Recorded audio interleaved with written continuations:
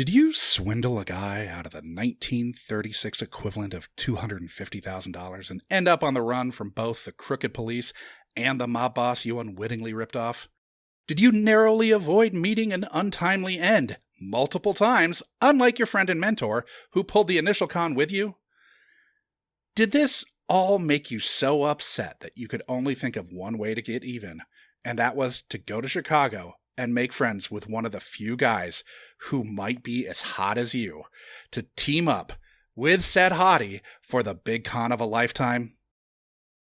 If so, you may have been punched in the gut in a Joliet alley by Charles Durning in the Unkind Rewind, where we watched the smash hit Best Picture winner of 1973, The Sting. Thrill me. I'm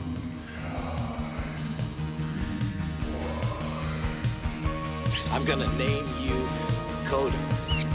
You get a name too, Podo. His name is Happy Harry Hardon. He's a total sex maniac. Of course.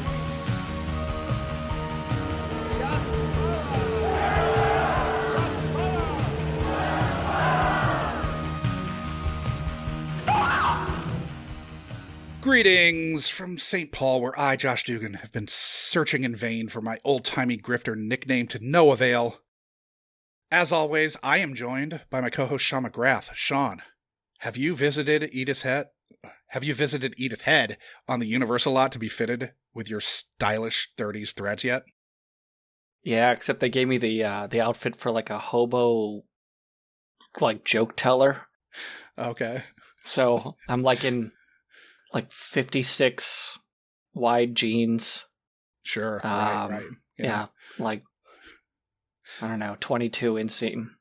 They thought you were there for the Little Rascals or something instead of. Yeah, I mean they. Yeah. I don't know what you got paid to tell jokes at a striptease show in the 30s, but that's all the work really I'm getting in New York.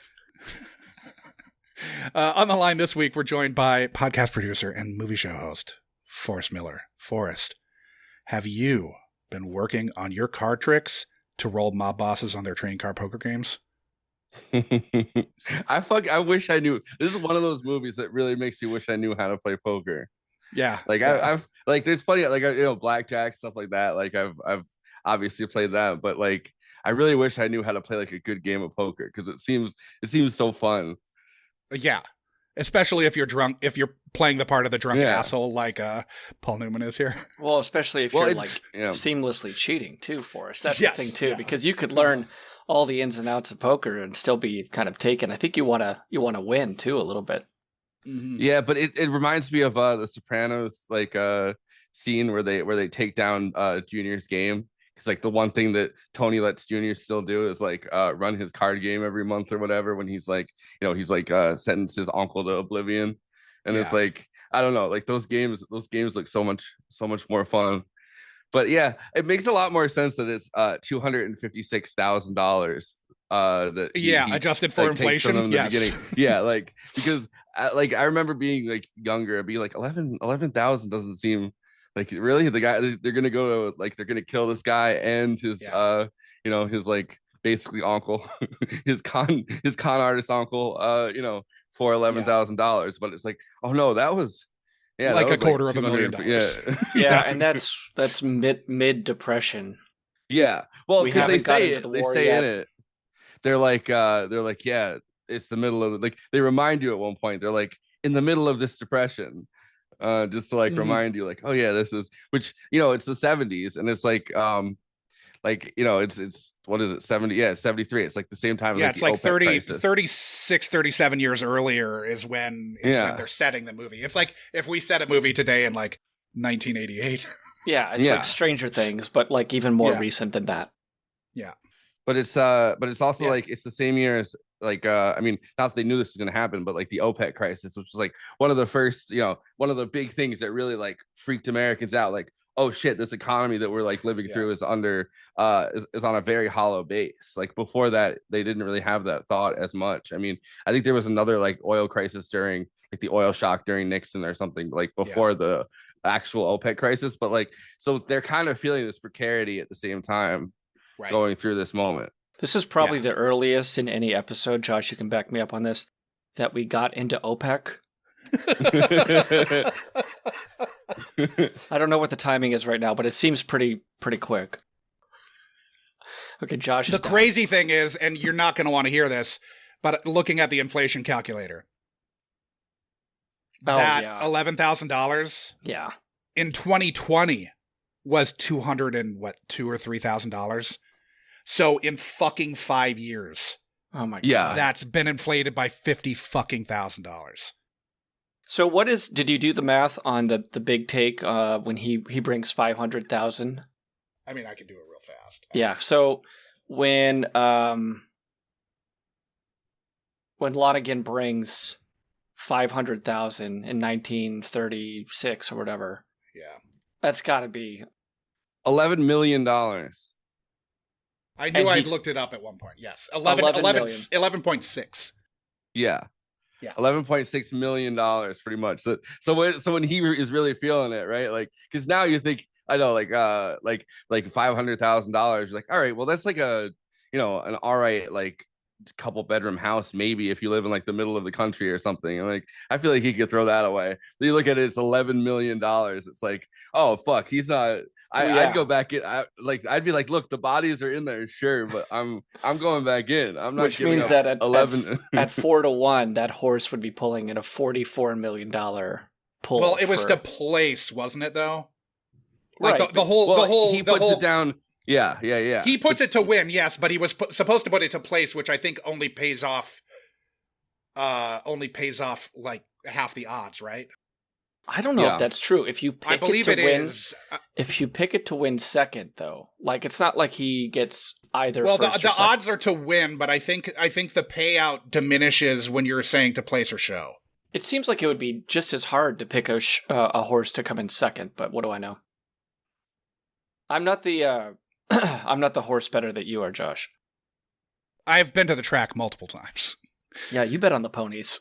I have bet on the ponies. I've been to Santa Anita. I've been to Canterbury.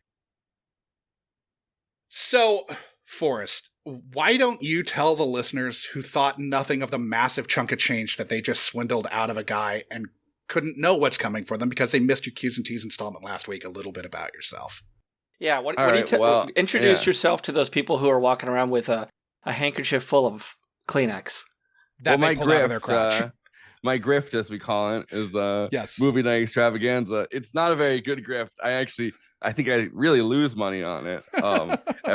Just putting it together every week. But Movie Night Extravaganza. It's on YouTube on Tuesdays at 8 Central or at 8 Eastern, 7 Central. Usually I hate having to think backwards in terms of like what each time zone is. But sometimes we do it on Thursdays or Fridays, but it's usually on Tuesdays. And I'm a podcast producer, editor, host, everything all in one. Some weeks you do more than one episode, which is maniacal to me. Yeah, not as much anymore. It's not a very good grift now that I'm thinking about it. Yeah, this is a long con, Forrest. We're gonna have to get you the big con so you can pull some better grifts, I think. Yeah, I'm getting more and more people involved, and it kind of is like this because I'm like each time, right? Each episode, there's like another so I'm really working the long con. We're about to be on episode 300. When we see the installments kind of this movie, right? The chapters, you have been working the setup for quite a long time. Yeah, you need to land the hook pretty soon, I think. It's not even like I feel like it's not even the setup. I feel like I'm even behind that. Like Okay,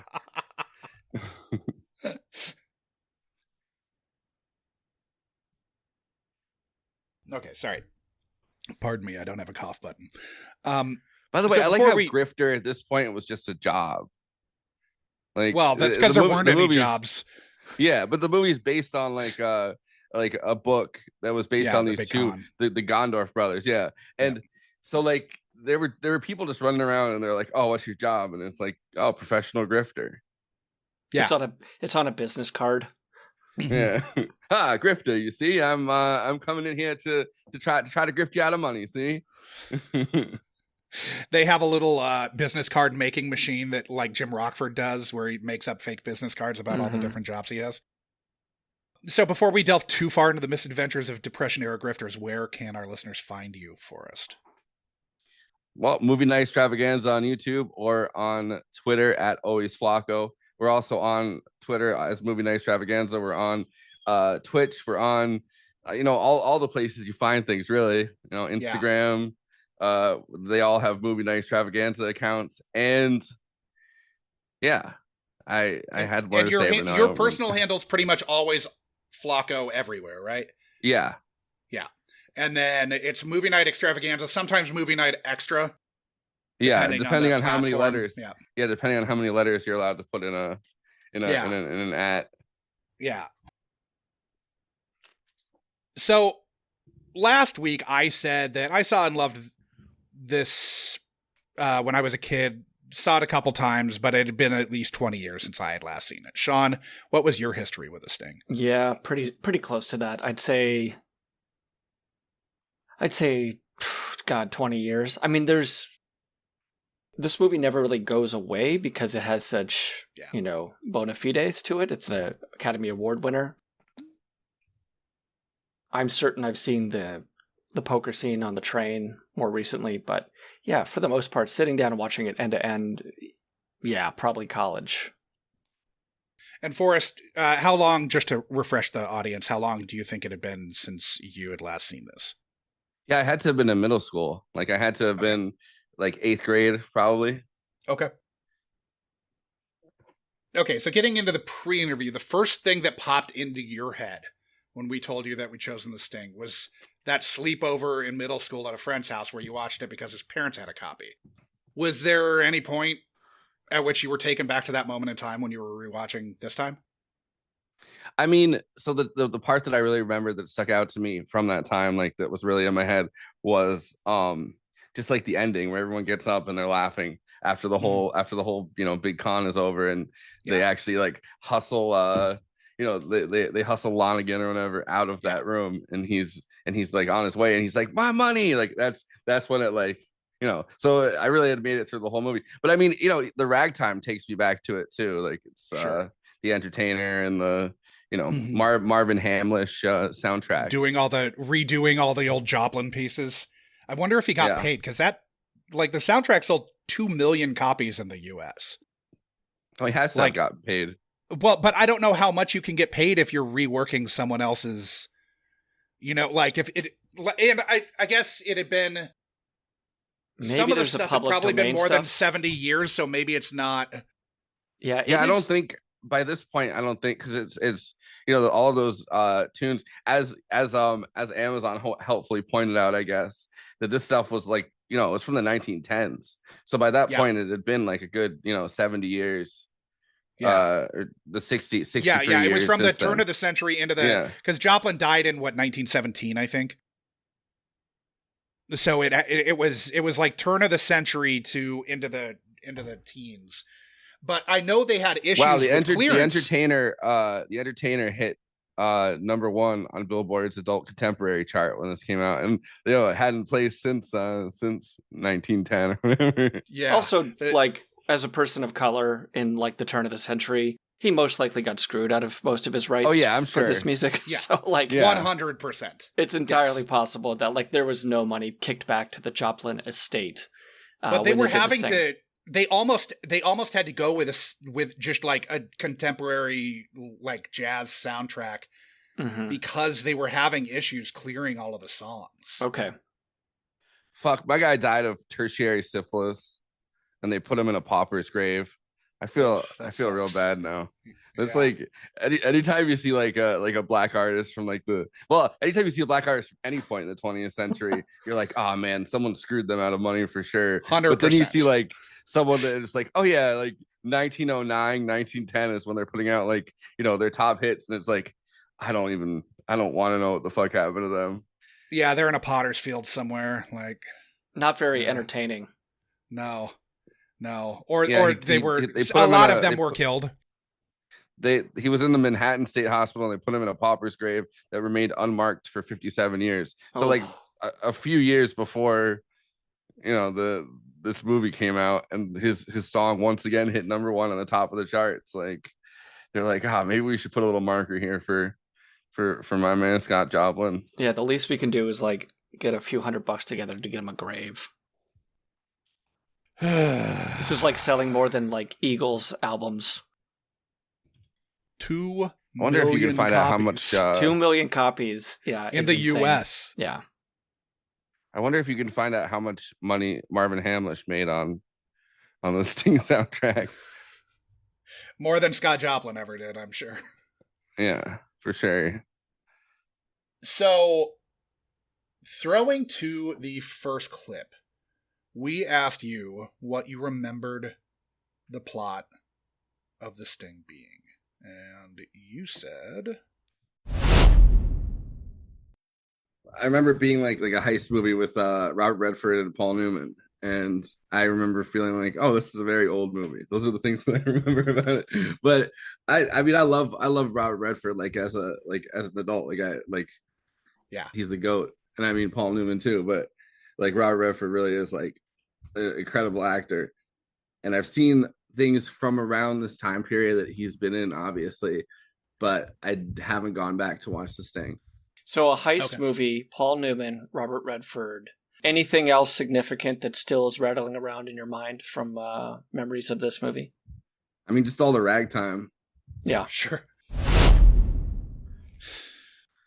So were you surprised at how little of the actual plot of the film you remembered, or is this generally somewhat common for you with a film you hadn't seen in this long, or was it something specific even to The Sting? So I mean, as I was like, I should have saved it for when we recorded, but as I was saying, like right before we recorded, I realized that like seeing this at 13, the plot of this movie is just so fucking convoluted, which I could appreciate now, but like I'm like, of course this didn't stick out in my head as a kid, because I remember I was watching it, I was trying to follow along, and I was having like the hardest time following along, and I was trying to remember like why was that the case.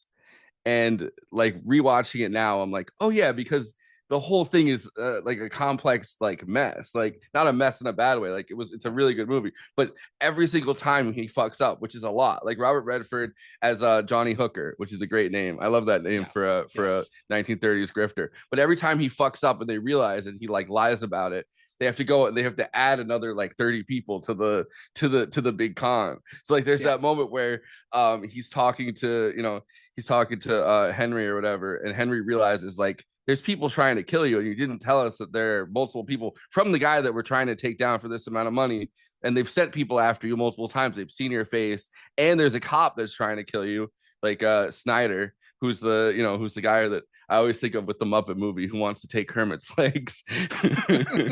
But so like he's out to get you too. So now we have to set up an FBI plot, which then adds to like the complex web. And then in the end, they're like, oh, we can use the FBI thing to have you pretend to turn on Henry, and then Henry and you shoot each other, and then there's bodies, and that's why we have to hustle them out. So it like plays into itself perfectly. But I remember looking back at it as like a teenager and being like, what the fuck did I like even like probably like going to sleep for a second and getting back up because I was like at a sleepover, and then being like, what the fuck did I miss? Why are there FBI guys in this now?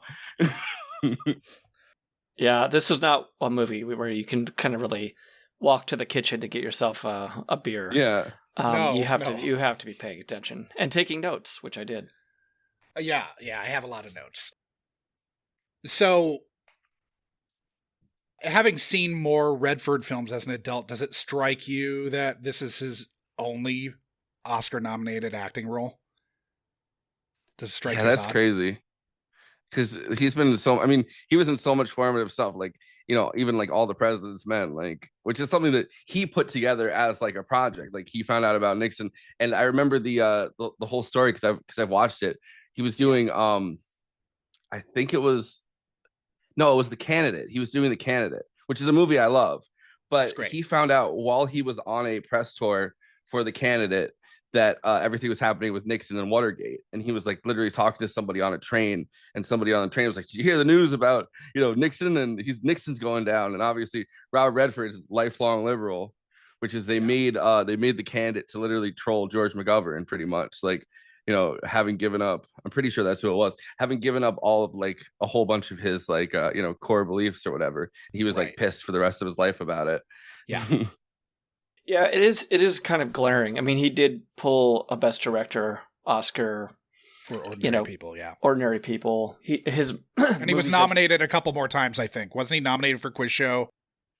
As a director? Yeah, as director. Yeah, I think you're probably right. But yeah, it is weird that he didn't get anything for Natural, for Out of Africa, for big movies. Definitely for All the President's Men. 3 Days of the Condor. That feels like such a formative. That feels like such a formative version of the Watergate story for so many like boomers from this era, right? Like having seen Watergate kind of portrayed, or the story of kind of how Nixon got brought down by Woodward and Bernstein. Like that story feels so formative for, like, you'd think that they would have honored that with a big fucking Oscar. Yeah.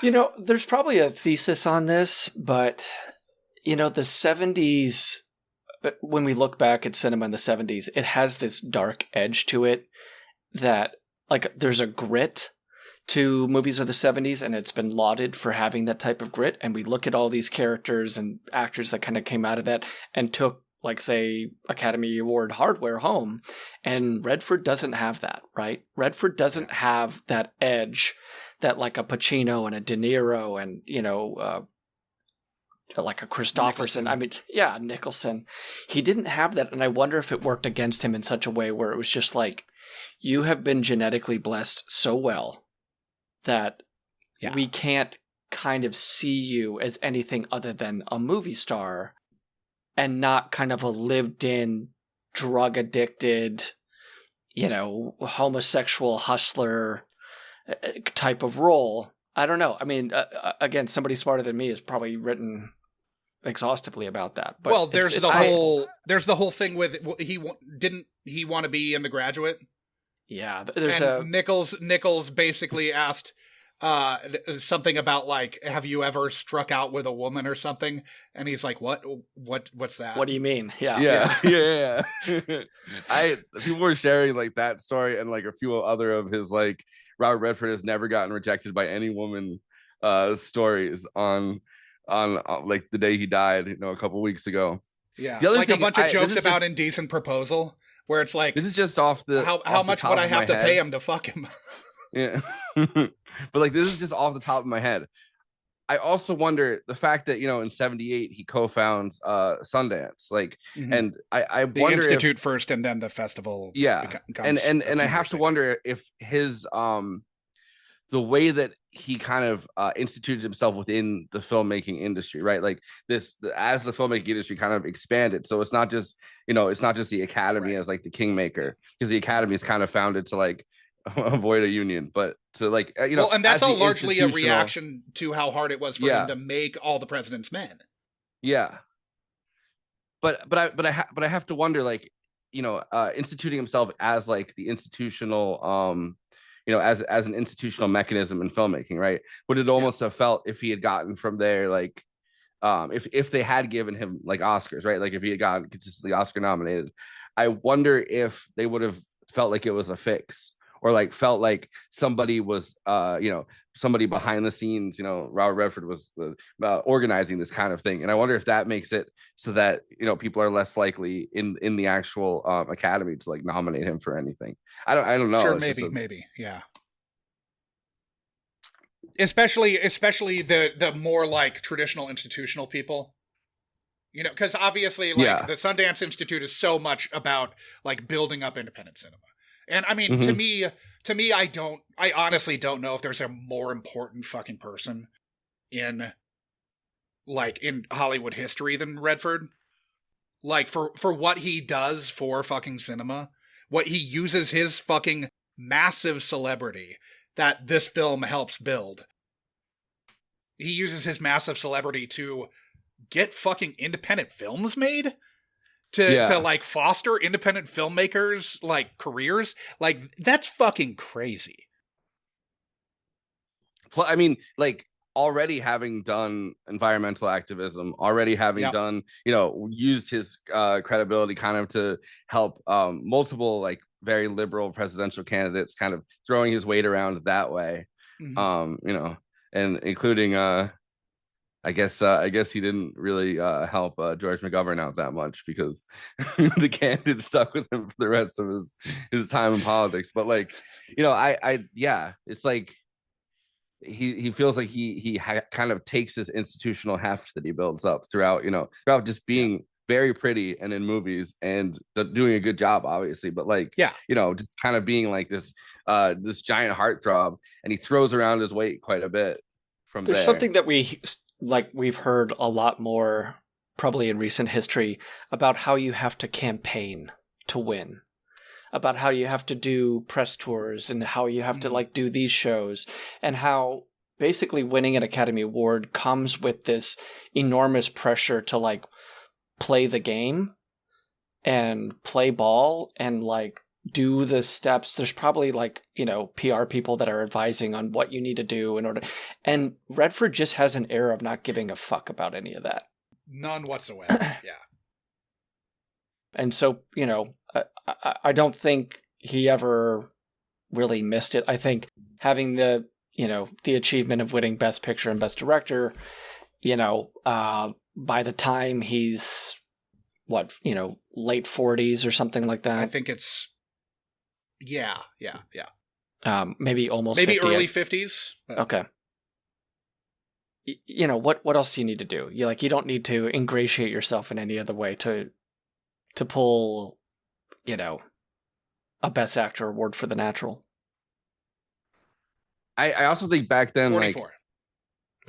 There was like liberalism kind of had its own, was kind of at its it was beginning to decline by the 80s, but like it kind of had its own peak where there was like different achievements, I feel like, than exists today, where it's like, that has a presidential candidate asks you to come campaign for them, and be like, have you been like a spokesman for that, or like these like causes that kind of came with like the glamour of that kind of world, right? Like I feel like maybe there were milestones back then that you don't quite have now, where everything is kind of stage managed to a level that it isn't even at this point, right? Like everything is stage managed. Back then it was a little bit more free, and you could be like Warren Beatty, like literally going out front and being like the spokesman for like presidential candidates and stuff. And I wonder if there was a little bit more of a feeling of like, I don't know, like liberal power in that moment, where it's like, yeah, who needs the fucking Oscars? Right. I mean, he had a Presidential Medal of Freedom, like back when it meant something. Yeah. What are you saying, Sean? Nothing. Now they just give them to anybody, Now that Scott Baio has one, I think that it's lost a little bit of its luster. I think Scott Baio has two, to be honest. He might. So, Forrest, you obviously now host a movie podcast that dives into at least some older fare. Did this still strike you as a very old movie? No, not really. I mean, okay. It really cultivates like an aesthetic of like a classic kind of aesthetic of that time period, where it's like you realize like neither movies at that time or like mass culture at that time would have been able to get away with any of the, like, he just straight up goes up to the woman's room and he's like, come on, it's me. It's like, I'm just like you, it's 2 a.m. I don't know nobody. Let me come in. And like, he bangs the woman that's going to end up trying to kill him. He doesn't know. He just thinks it's like the diner waitress. Yeah. Obviously that kind of they would have to hint a lot more around that with like the Hays Code and stuff at this time, and like the dialogue and stuff. The dialogue is very written to be of this time, I think. But like in a way that you're still like, oh yeah, this is the 70s. Yeah.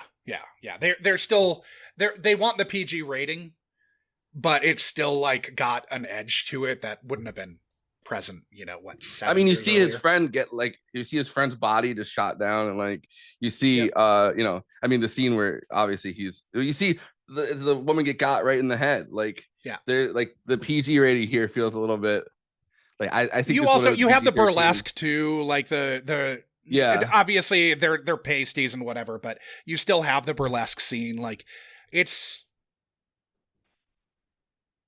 obviously they're not cursing left and right, but did you it catch is the pushing time where they buttons. covered that up?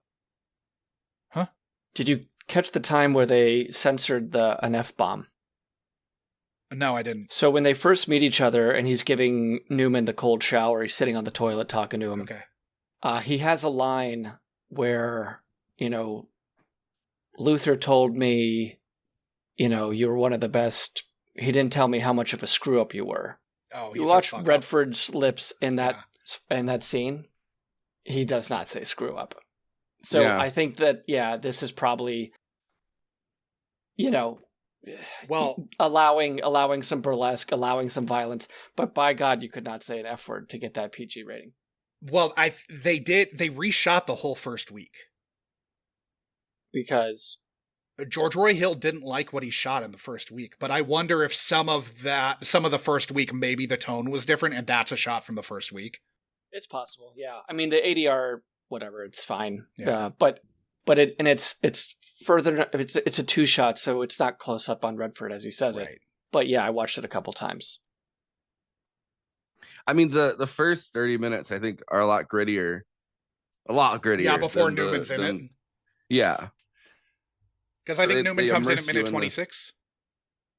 Yeah, I think it's something like that. But they immerse you in this world where it's like, it's like a very gritty world. They're taking the guy down, and he and his. I mean, I love that beginning scene where they the guy's like it's his friend Luther, and you think it's like, oh, this black guy really needs help, and it's like, you keep your mind clear or whatever, and he runs up, and then he's like, oh, I have this money and I need to deposit this money, and like the guy that literally works for for the guy that they end up taking down, like the gangster's like henchman or whatever, falls for the fucking oldest trick in the book, where you switch out the money, and so you place it here. There's a whole elaborate setup for that, and that whole part feels so much grittier than the next part, which kind of is almost like cartoonish level of of con.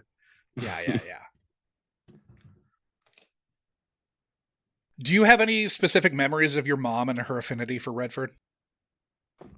I mean, I just know every time I bring it up, she's like, "Oh, I love Redford." Like she has like that little, I mean, mom. The same thing that all of our moms do, I'm sure. Yeah. Like they're never going to be like, "Oh, don't put on that Robert Redford movie."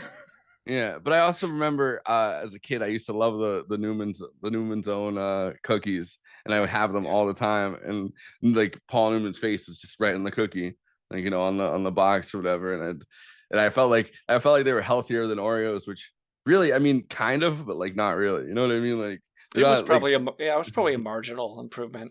I think it has to be, right? Yeah, I think calorically you're probably looking at something about the same, but like there's probably not chemicals that keeps your body slightly alive for more hundreds of nutritive years. value. Well, yeah, they put so many like preservatives and disgusting chemicals into Oreos that like, I mean, it has to be. But I'm saying like just in terms of like what it does to your body, like like if you eat a whole sleeve of Newman's own cookies, I don't think you're looking at any less weight gain than if you're eating a sleeve of Oreos. Sure, but you're probably less likely to get cancer from the Newman's own. Yeah. But that's down the line. Who keeps track of all those things? Yeah, we're getting cancer from how many things in our food supply? Both these guys lived pretty long. I imagine that Redford even got hooked up with his buddy's products whenever he wanted. I bet Redford had a lot of Newman's own. Yeah. He has them fly it into Colorado or whatever. Like he's like, look, Sundance is on, and I need a whole bunch of Newman's own. Just airdrop it on this mountain. Well, I bet they just stock his whole like Westport house. Yeah. With Newman's own stuff. Because they were neighbors in Westport, right? I didn't know that, but I know they at least were for a while, because there's a whole prank war between the two of them. This is the last time that we see them together, right? Yes, they're just the two movies. That's insane, right? Like it feels like this should have been a longer collaboration. Obviously, very, very different movies here. Same director, though. Same director. The knock on this one that I don't have with Butch Cassidy is that we lose so much of their interactions in this because they have these separate plot lines. They have to do such separate shit that we don't have that great rapport that almost felt second nature to these two actors. They didn't know each other before Butch Cassidy and the Sundance Kid. Yeah, that's insane. These two guys seem like a Walter Matthau, Jack Lemmon type of like institution that just should have been making movies together every 5 years. Mm-hmm. That's crazy. What I read, and it could be apocryphal, but what I read was that there were a few times where people would come to them with projects, and they just didn't feel like the project was, worthy of like teaming back up to, denigrate the two things that they did do that were, like legendary fucking films. Like this was George Roy Hill's second $100 million box office film. He's the first director ever to do that. Yeah. And it was with this and fucking Butch Cassidy and the Sundance Kid. Like, they were like boffo box office or whatever. Like, I think if they didn't like live next door to each other or whatever, if they weren't neighbors in Westport, Connecticut, that it probably would have been different, but they were. And so I think that they could hang out whenever they wanted, so it didn't really fucking matter to them. Especially to get the two of them in a movie was going to be fucking pricey. Yeah. Apparently there was a third movie, A Walk in the Woods, that they were trying to do together where they were like aging guys on like the Appalachian Trail or whatever. And I just watched that. And it didn't end up happening because by that point, like Newman was on his way out. Like I think it was, they were trying to get it together 3 years before he passed away. Based on the Bill Bryson book, Nick Nolte ends up being the old friend from Iowa. George Roy Hill. That's not as. He's got some credits, but like nothing came close to his work with these two guys, right? Like he did World According to Garp, he did Slapshot, but he did Cool Hand Luke also. Or no, was that Stuart Rosenberg? That was it wasn't Hill. Okay, sorry. But like it's a chasm-like drop, like when you look at these two movies compared to the rest of his work. Right. This was just some type of dark magic combination with these two to do that. And you're right. Like it seems like Hollywood probably tried everything they could to get these two back because of how surefire success it was proving. It just, you almost have to give them a nod of respect that they didn't make a concession on what they thought was good and good material, because Lord knows the amount of money that was probably tossed at both of them to team back up. Well, because they made $500,000 a piece here. Which, as we know... That was the most in Hollywood. Which, as we know, was $11 million. Well, no, that's $36. That was the 1930s. Yeah. Okay. It's probably pretty close. I did, real quick, on the math, how many albums the soundtracks sold versus the population of the country. It works out to 1 out of every 100 people had this. Jesus Christ. Yeah. By the way, 500,000 in 1973 is 3.6 million today. And that's just to act in it. That is not back end, like, because I don't know if you guys know this, but this movie made some money. Yeah. Yeah. Did you guys look up how what its box office was? I know that so I think that I'm right that this took the top spot for box in office 74 for a couple years until Star Wars or Jaws. Yeah. Jaws was the one that changed everything. Like, actually, The Exorcist made more than this. Oh, it did. Okay. Yeah. But I know that like adjusted for inflation, this is still extremely high. So adjusted for inflation, they just look at sheer ticket sales. And then extrapolate like what it would be, extrapolate box office based on that. But pure ticket sales, just tickets sold. This is the 20th biggest movie of all time. Yeah. It doesn't surprise me. I mean, people couldn't see it any other way. There was no VHS. And it played for like a fucking calendar year. Yeah, you couldn't get a reel of this. You just had to keep going back to the theater. People in the UK were flying to fucking Ireland to see this. They were flying. It was still playing in Dublin, and it wasn't still playing in the UK. And they were flying to Dublin to see The Sting. I mean, if you're looking at dreary England, and you're looking at the people there and like the teeth and everything, you're like, sure. All right, I'm gonna fly to Ireland. I'm gonna go see The Sting one more time. I can't live like this. Let me look at these two hunks of meat. Yeah. There's a shot in this, I mean, like, obviously they're very handsome kind of throughout.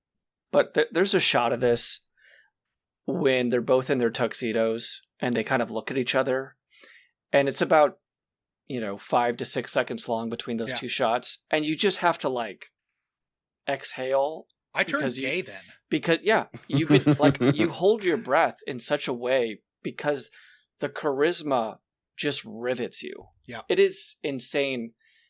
Not a lot of camera effects. It's just a simple, like, mid shot on both of them.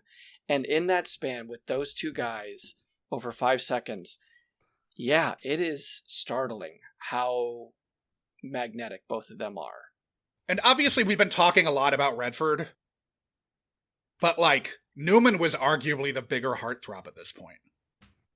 Yeah. Like Shaw was talking about, like, when they were shooting on location, that everyone was going after Newman, not Redford, which I mean, Newman's a very attractive man. Yeah, to be fair, he'd had more success at this point. A longer run. It's funny because, like, Redford, you don't see him as like a 20-year-old, right? Like, he doesn't really make his... He's still kind of in TV and working on stage at 20. Yeah, you don't really see him kind of make his, his breakthrough until the early 70s. Yeah. Or 68 with Butch Cassidy and the Sundance Kid. But Newman, at this point, you've been seeing for 20 years. Right. Yeah, young Philadelphian, somebody up there likes me, all that. Cat on a Hot Tin Roof, for Christ's sake. Which is fucking amazing. Yeah, like he's been... Luca's early 60s, like, he's the established sex symbol. It does make sense of what Shaw said, because this guy has just been, back when being a movie star meant something, as they say. Yeah. Because there was only like 7 of them. Right, and these two are like at the summit, like they're Redford still has a ways to go, and Newman arguably too. Right. They both did a lot of great work and stayed in the public eye for a long time. But it is something special to see them both in the same scene in those tuxedos. I mean, tuxedo obviously is like the most formal and dashing a man can look, right? Typically. Yeah. But Newman looks great in a fucking A-shirt, A-shirt, suspenders, dunking his head in the fucking sink with the ice. I mean, he looked... His trick from Harper, he reuses that here. He looked great, snoring against the wall because he fell out of bed. Uh-huh. Yes. Which is such a great way to introduce Paul Newman in your movie, right?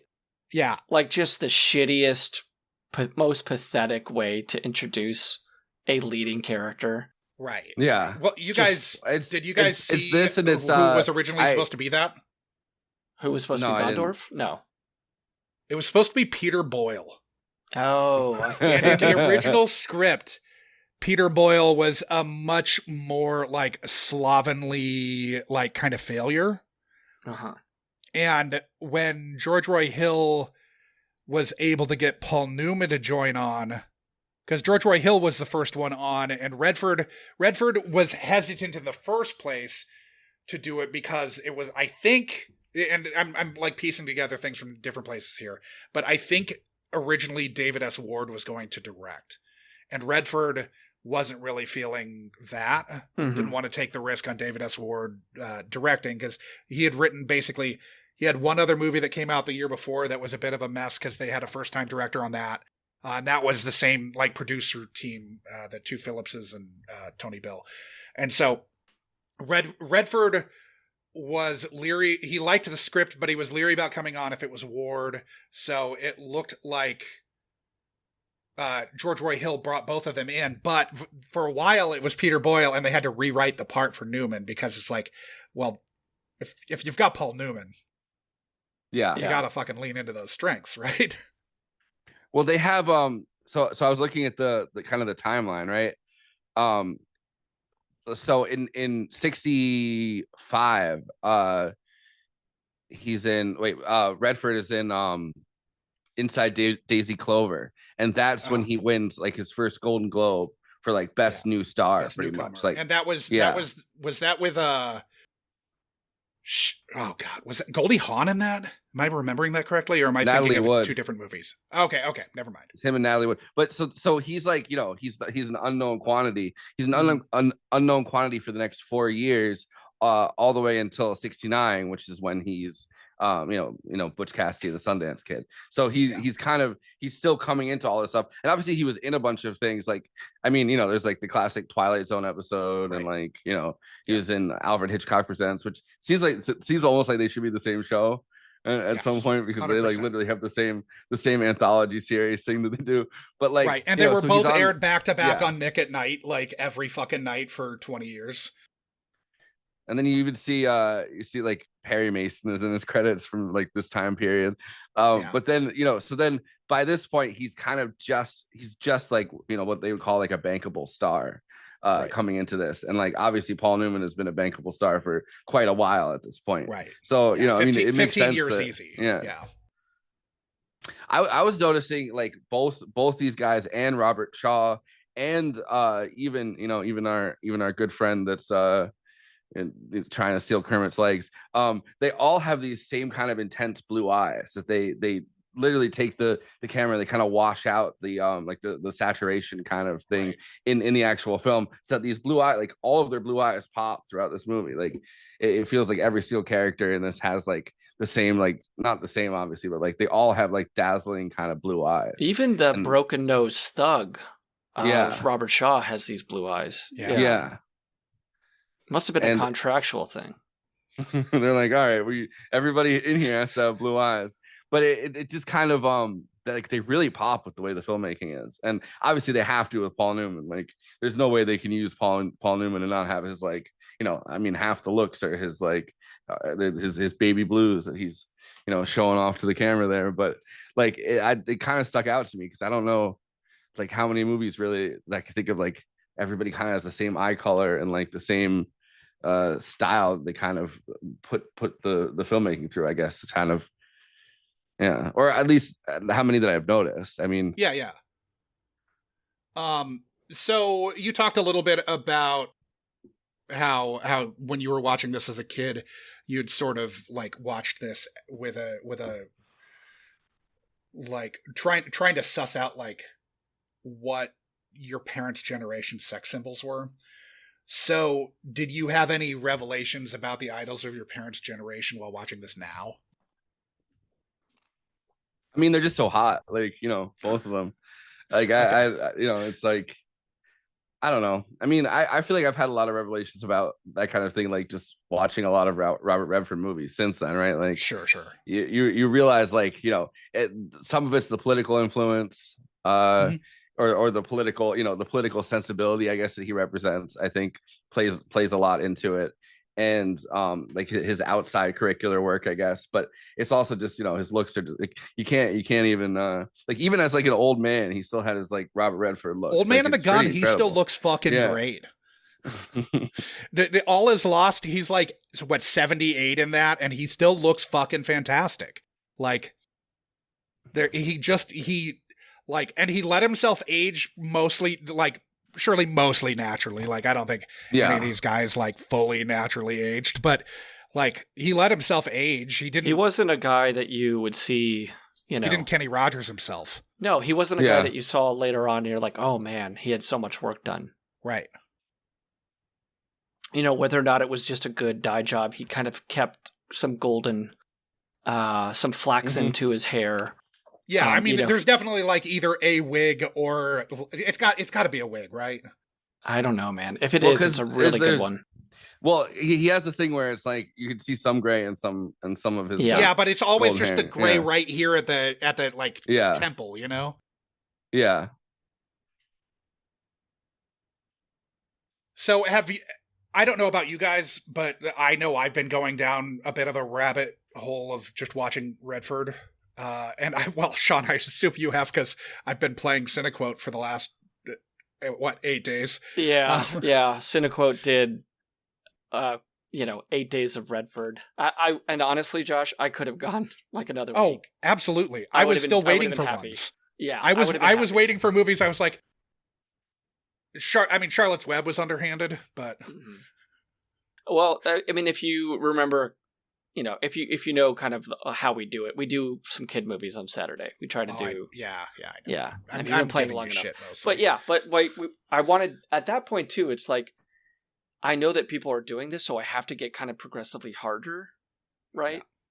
Because people just are bringing up his filmography, and I still kind of want to make it a little challenging. So yeah, in Charlotte's Web, he's the voice of the horse. He does not have a big role, but it's still a Redford movie, so we used it. But yeah, I've been kind of inundated with Redford for the last couple weeks.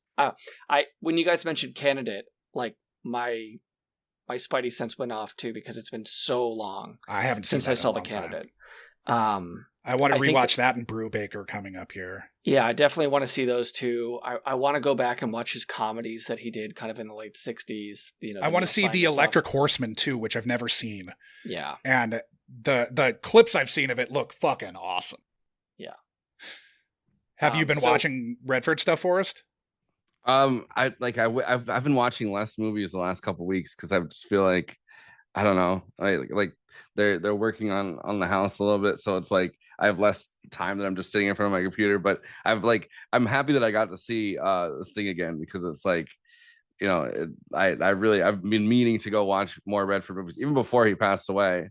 Yeah. And I was thinking about The Candidate, and I was rewatching his big speech in The Candidate recently, like before he found out he passed away, like literally like a week before he found out he passed away, because I was thinking about, like, I don't know what a shame it is, like in New York City, that they're kind of bleeding like the radicalism, or like the real values out of the whole Zoran like Mamdani campaign.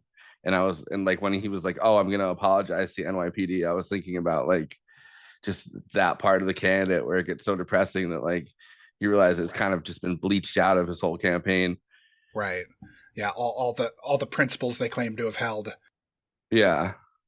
Go away once they can, maybe get elected. I can't wait for the absolute dumpster fire that this next month or so is going to be in New York. Yeah. Yeah. Especially after Adams dropped out yesterday. Yeah. Dude, I want to know what they promised him. Like, I feel like we're gonna find out he really is ambassador to Turkey, which is gonna be insane. 100%. He's just gonna, or he is just like now officially Turkish. Yeah, he's probably that's a great exit strategy. Yeah. Now I just live in Istanbul. Whatever. I'm like lamenting how terrible SNL is going to treat Mamdani coming up here.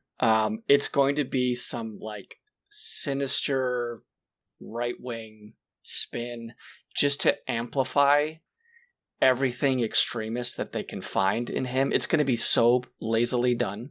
Yep. It will only kind of hurt the campaign, but I don't know. They just fired the one. They fired the one Lebanese guy that was working for them. Like, because he said Free Palestine on an episode, and Saturday Night Live was like, well, that's the first guy to go. Yeah. I mean, I'm of the mind that SNL can fuck itself, but and can fuck itself for 50 years, basically, maybe 45. They hired this guy that was like a doorman at Joe Rogan's comedy club as like one of their new cast members, and that's like their one cast member of color that they like invited onto their roster for the season. It's like this guy is cool.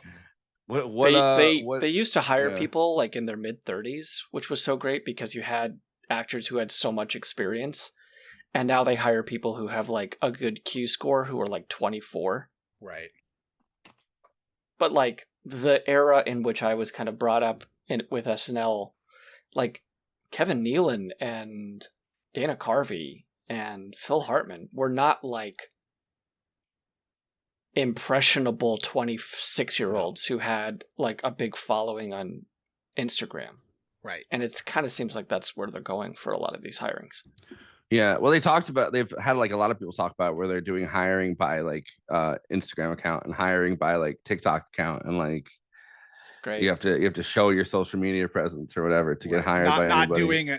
Not doing some fucking like awful awful audition at the fucking Comedy Store or wherever with like 3 people in the room.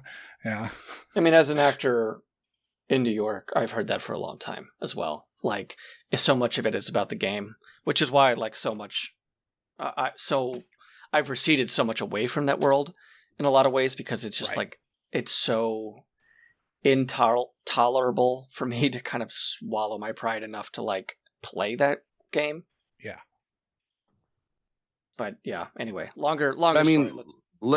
looking at like, you know, Robert Redford, like what we were just talking about with his you know, his kind of refusal to campaign, or his refusal to like kowtow and kiss the feet of, you know, authority, I guess, in order to you know, in order to get awards, and kind of how like his outside curricular activities were his rewards. Like it feels like kind of the same thing. It feels like this you know, as time has gone on, right? Like these different qualifiers have gotten just only higher and higher and higher. Right. Like and maybe like that is part of the appeal of somebody like Robert Redford. It's like refusal to kind of 100%. kneel. Yeah. And you definitely got the sense, because I mean, I think like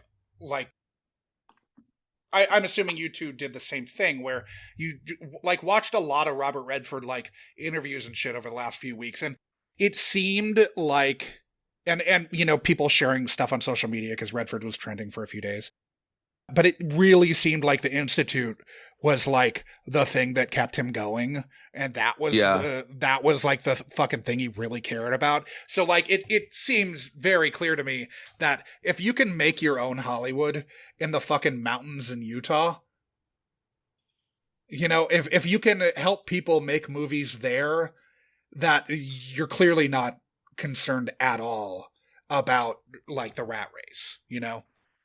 Well, you look at even like you know, like a Kevin Smith, or like you know, like really any of those, like you know, that kind of, that style of indie filmmaking, right? Like that doesn't exist without Sundance existing. No, or 100%. like Spike Lee. Linklater, Spike Lee. Yeah. Jarmusch, maybe a little less Jarmusch, but still like the indie cinema of the 80s pops up in large part because of the Sundance Institute. Not entirely, but like it's a big player. And out of kind of the idea of Sundance comes like these buyers festivals, where they literally have everybody's movie up for market, and you kind of have to go around, and it's after Sundance, really. Like, I mean, Sundance happens, obviously they premiere the movies, and then you kind of have these buyer festivals where it's producers going around, which is kind of where, I mean, you know, like fuck the Weinsteins, but that's kind of where Miramax comes out of, is like that world where they were the most, and I think New Line too, like they're the most you know, the most willing to kind of go around and buy these projects, which is crazy, because in some ways, like, someone's already made the whole movie, you know, like they're like, well, you've made the whole movie now, like we're gonna purchase and distribute the thing that you've already created. But I mean, still, like that's like a revolutionary way of filmmaking in its own right. Yeah. And I mean, it doesn't exist without him, basically. Yeah. So throw into the next clip. We asked you what brought you to watch The Sting in a subsequent viewing. And you said... Yeah, I mean, I think a lot of it was just like my friend had parents around the same age, and it was just like, oh, this is like a movie our parents liked. I don't think that there was, I mean, like, in like, obviously, like by then, every like hippie kid, like kind of hippie kid, like hippie parents were eating like Newman's Own, and I always felt like that was funny. Like it was like Paul Newman's version of Oreos, so it was like, yeah. That's the Oreos guy. I have some of his lemonade in my refrigerator right now. I mean, this, like the Oreos are so fucking good. Like, I'm just saying, like, it's funny that he had a second wind. That's still going strong. Yeah, it's good. We've talked about these Oreos and Tuesday in the intro, and then we brought it back around. Yeah, we'll take you on as a sponsor, Newman's Own. Yeah, anytime. We'll give you a great deal. Yeah, great deal. So as a youth, were you generally interested in things your parents liked, or was this something you ended up rebelling against? I mean, I think I've always had like a nostalgia for it. Like I don't know, like a lot of the times that I most remember like really enjoying movies, like even something like Caddyshack and like movies like that, right? Where it's like the early SNL cast members that were really, really funny. Like I remember like watching them with my dad and like that kind of has like so yeah, I think that there's a lot of movies that I've watched since where I'm like, oh, this is like this generation sensibility, but I've always kind of had a soft spot for like 70s and 80s movies. Okay. So past an inconvenient truth, like what were your parents' relationships to movies like? Well, we used to go like one of the big things that we used to do like every weekend when I was like, young enough that I couldn't like, that I didn't really have that much of my own social life, is we would go to the video store because there were like 2 video stores in town. Okay. We would just pick stuff out to watch every week pretty much. Were these indie stores or? We had an indie one and then we also had Blockbuster, but we usually went to the indie one. And then if they didn't have like, what we wanted, obviously Blockbuster. But yeah, I remember going to the indie one way more than I remember going to Blockbuster. Okay. It was like the New Paltz Video Exchange. Okay. So your parents were like movie buffs? Yeah. Well, my dad was like, he was always, bringing me to the, yeah. Okay. Like, and your mom was we would go to Redford the movies buff. a lot. I mean, like my mom watched a lot of movies too, but I just, a lot of the more vivid memories are like going with my dad because he was always just, he really liked just going and renting stuff there. Okay. So he was kind of driving that train? Yeah. Okay. Now sometimes he texts me and asks me for movie recommendations, and I'm like, oh, well, nice. As he should. Yeah, you have a fucking movie podcast. Of course he should. Yeah. Did you recommend Weapons to him?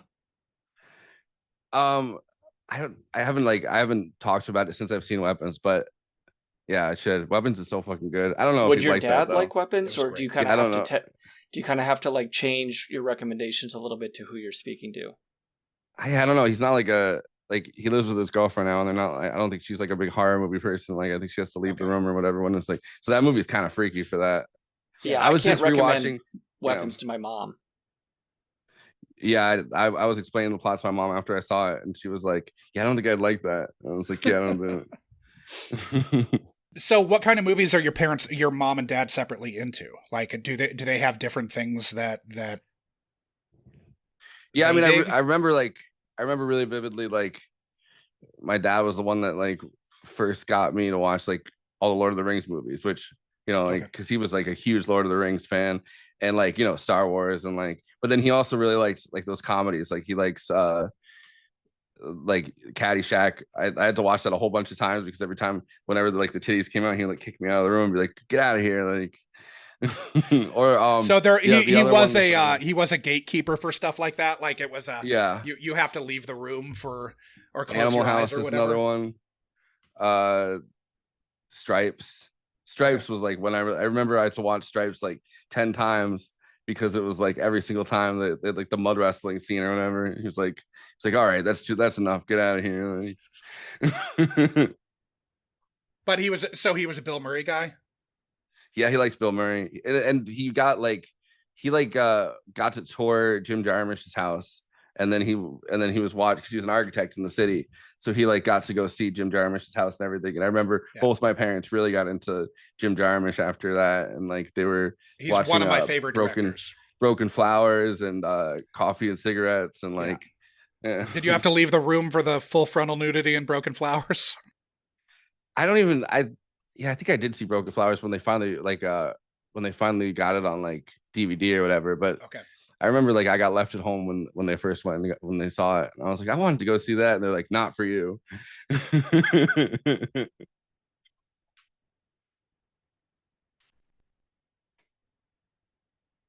God damn it! Sorry, dying over here. I used to have I recently found it, but I used to have like a Dead Man poster, and nice with like the Johnny Depp pointing the fucking gun at the actual poster as if it was you. And I remember like I used to have it in my apartment, and I like when I would like smoke or like I would get a little bit like I don't know, like I would trip in my apartment or whatever, like it looked like Johnny Depp's eyes were following me around, and it would freak me out. Nice. No, I love Jarmusch is seriously like one of my 2 or 3 favorite directors. God damn it. All right, so we asked you in the final clip what your expectations were for your return to the Sting. And you said... Like, I'm sure I will appreciate it now way more than I did at that point. I mean, between then and now, right, you've seen thousands of movies. Perhaps your tastes have changed, or perhaps there are things that you can see now that you didn't see originally as a kid. I mean, are you expecting it to be as good as you remembered? I mean, it's a very vague memory. So I think like everything I've ever seen Robert Redford and I liked. Yeah. So I it's hard to be like it's hard to imagine that I'll hate it. You know what I was thinking about? I was thinking about Call Saul and obviously Breaking Bad too. But I was thinking about so much of the filmmaking or the TV writing, I guess, in something like Better Call Saul is clearly inspired by the Sting. Like the way that they break the cons and everything down that Jimmy was doing down into these like partial scenes where one con is actually building towards another con is actually building towards another one, and then they all come together in this in this big thing. I feel like Vince Gilligan, when he was writing Breaking Bad, was like really inspired by this movie in particular. Yeah, I mean, this definitely, like, it's not like this is the first sort of like, con grifter. There's all the French ones from like Bob LaFlambeau or all the Melville stuff and all the what Jules Dassin. So that stuff all happened, but like this is like a clear touchstone for so much that followed. And the like overly involved plot where you have, grifts on grifts on grifts, like, and it feels like this is the beginning of that.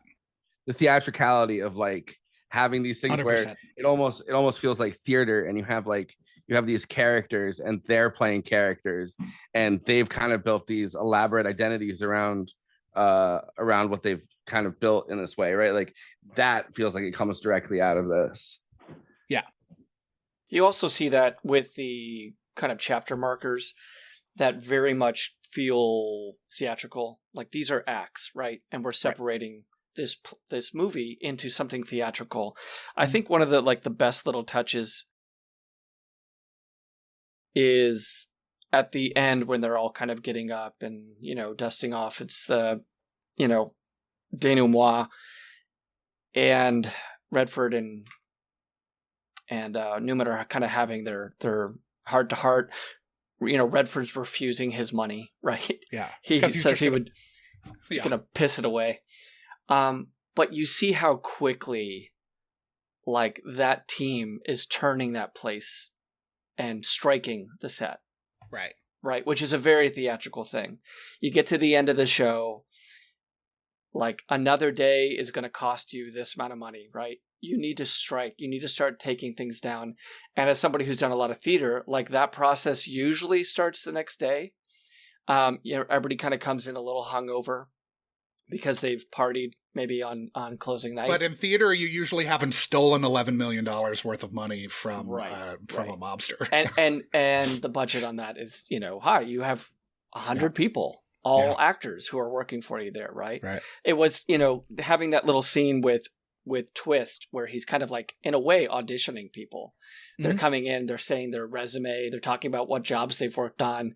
The guy does, I do a British accent, fine English. And then I remember dying laughing when he comes and sits down. And I'm like, that's the guy who could do the British accent. And he's like, yep. Oh, that's a pretty good horse or whatever. And it's like not a good British accent. And I just died laughing. It's like, because you see him also put on his because they're all getting ready. Van Dyke. And and you see him put on like the mutton chops and everything, and like he's like feeling them out to make sure that he got them on right, and he's like, oh shit, that guy's gonna do his world famous British accent. That's the thing too. It may be a little bit of a mistake on their part for hiring the whatever he was, the Cincinnati Kid or something, the guy with the mustache who Durning came in and smashed him, right? The Erie Kid Erie, or whatever his name was.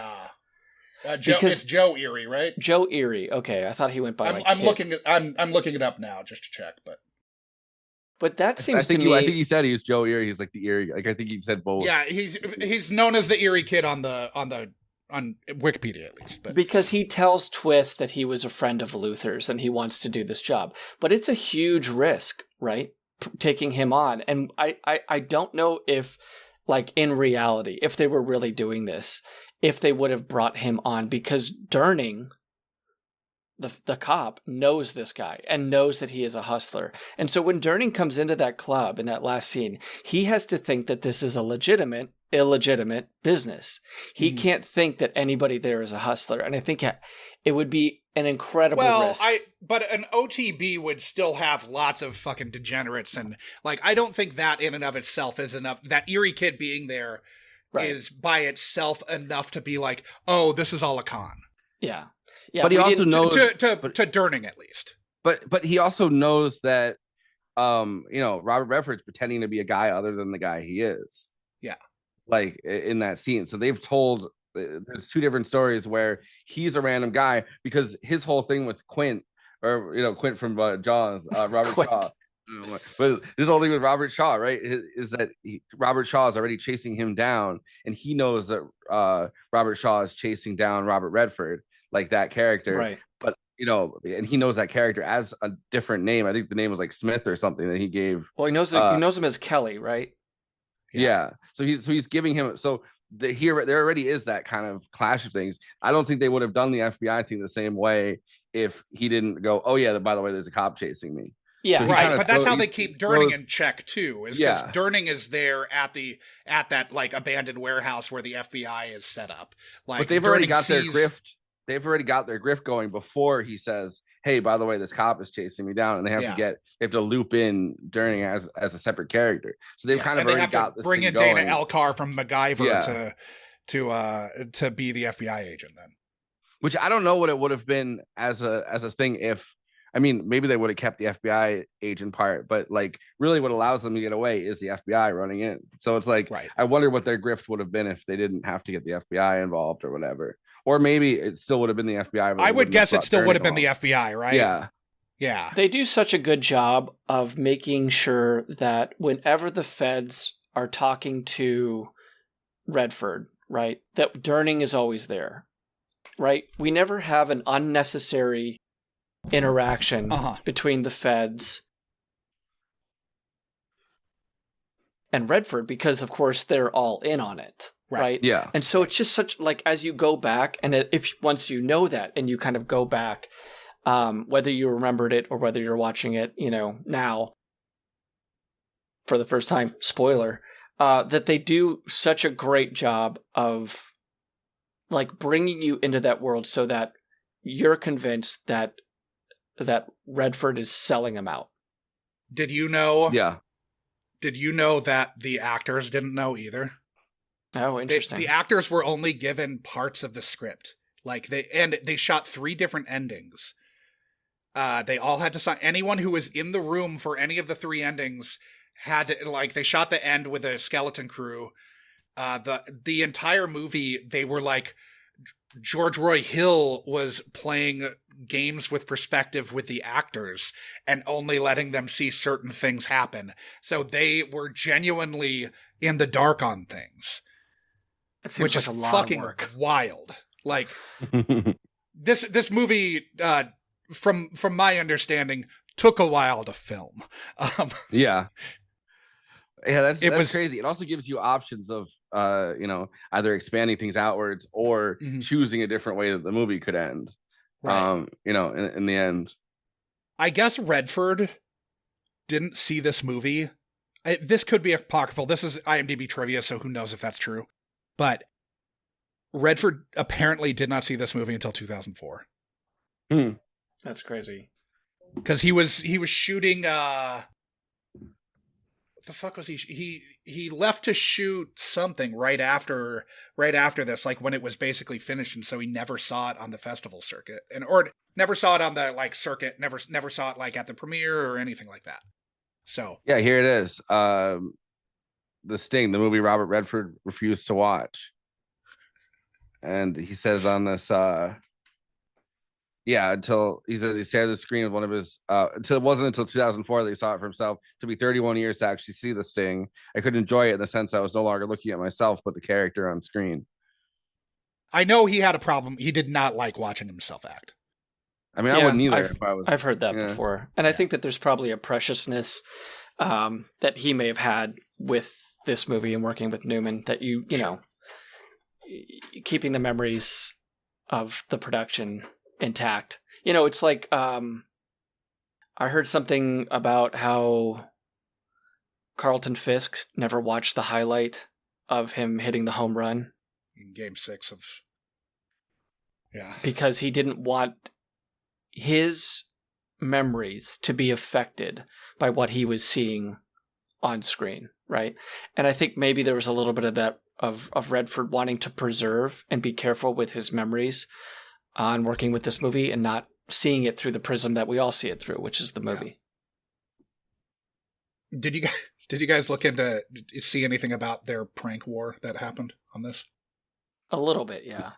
Okay. So Newman, this was not the first prank that was played between the two of them on set, but Newman brought in a truck of chickens and loaded them into Redford's trailer and then barricaded them in there. And so the chickens like fucked up all kinds of costumes, and it took the costume department like a couple days. Like I know they had to shut down production for at least a day because of this chicken incident. Newman was also doing this with George Roy Hill, and at one point Newman went into George Roy Hill's office at Universal and with a chainsaw sawed his fucking desk in half. and then Universal tried to bill Newman $800 for this desk, and he said, "Fuck off, I'm not going to pay that." But Redford then, after the chicken incident, Redford took a dead perch and hit it in Newman's Ferrari. And Jesus. So this fucking perch was like stinking up like, because I'm assuming Newman's Ferrari was like parked right next to set. Because, you know, Newman would have been one of the people who could have parked next to set if you're shooting at Universal. So he fucking had this dead perch that no one could fucking locate the smell of, that was like sitting there like stinking out the whole fucking crew for like a few days. That's quite the star privilege. I don't think every actor on a movie set could get away with this. I don't think Blake Lively could get away with this. I don't know. You couldn't. Yeah, I think you could. She could probably get away with it. But yeah, apparently, there's like multiple times where Paul Newman faked his own death, including staging a car, like a massive car accident, where he pretended it was his car that got smashed to pieces. And like, nice. not on this movie, but apparently he made it seem like his car crashed, and then had everyone like tell the director that his car crashed to like freak him out. Christ. Like, oh, we're gonna have, yeah. That is a very the Sting style, yeah. Kind of well, thing. and they were doing this. Newman and Redford kept this shit going. Oh for shit! years, He's actually staged it. He staged it on set and then dropped a dummy to make it look like it was his body that dropped out of the fucking car. Wow, fantastic. For like an hour, I bet that director thought he killed fucking Paul Newman. Yeah, there's some serious sadistic qualities here. So, you obviously didn't remember a ton about The Sting, but expected to like it based on your general respect for Redford and his oeuvre. Did that expectation hold true for you? Yeah, obviously, yeah. So, this is obviously generally regarded as a good to great film. Are there any movies that you liked as a kid that you've revisited as an adult that you didn't like?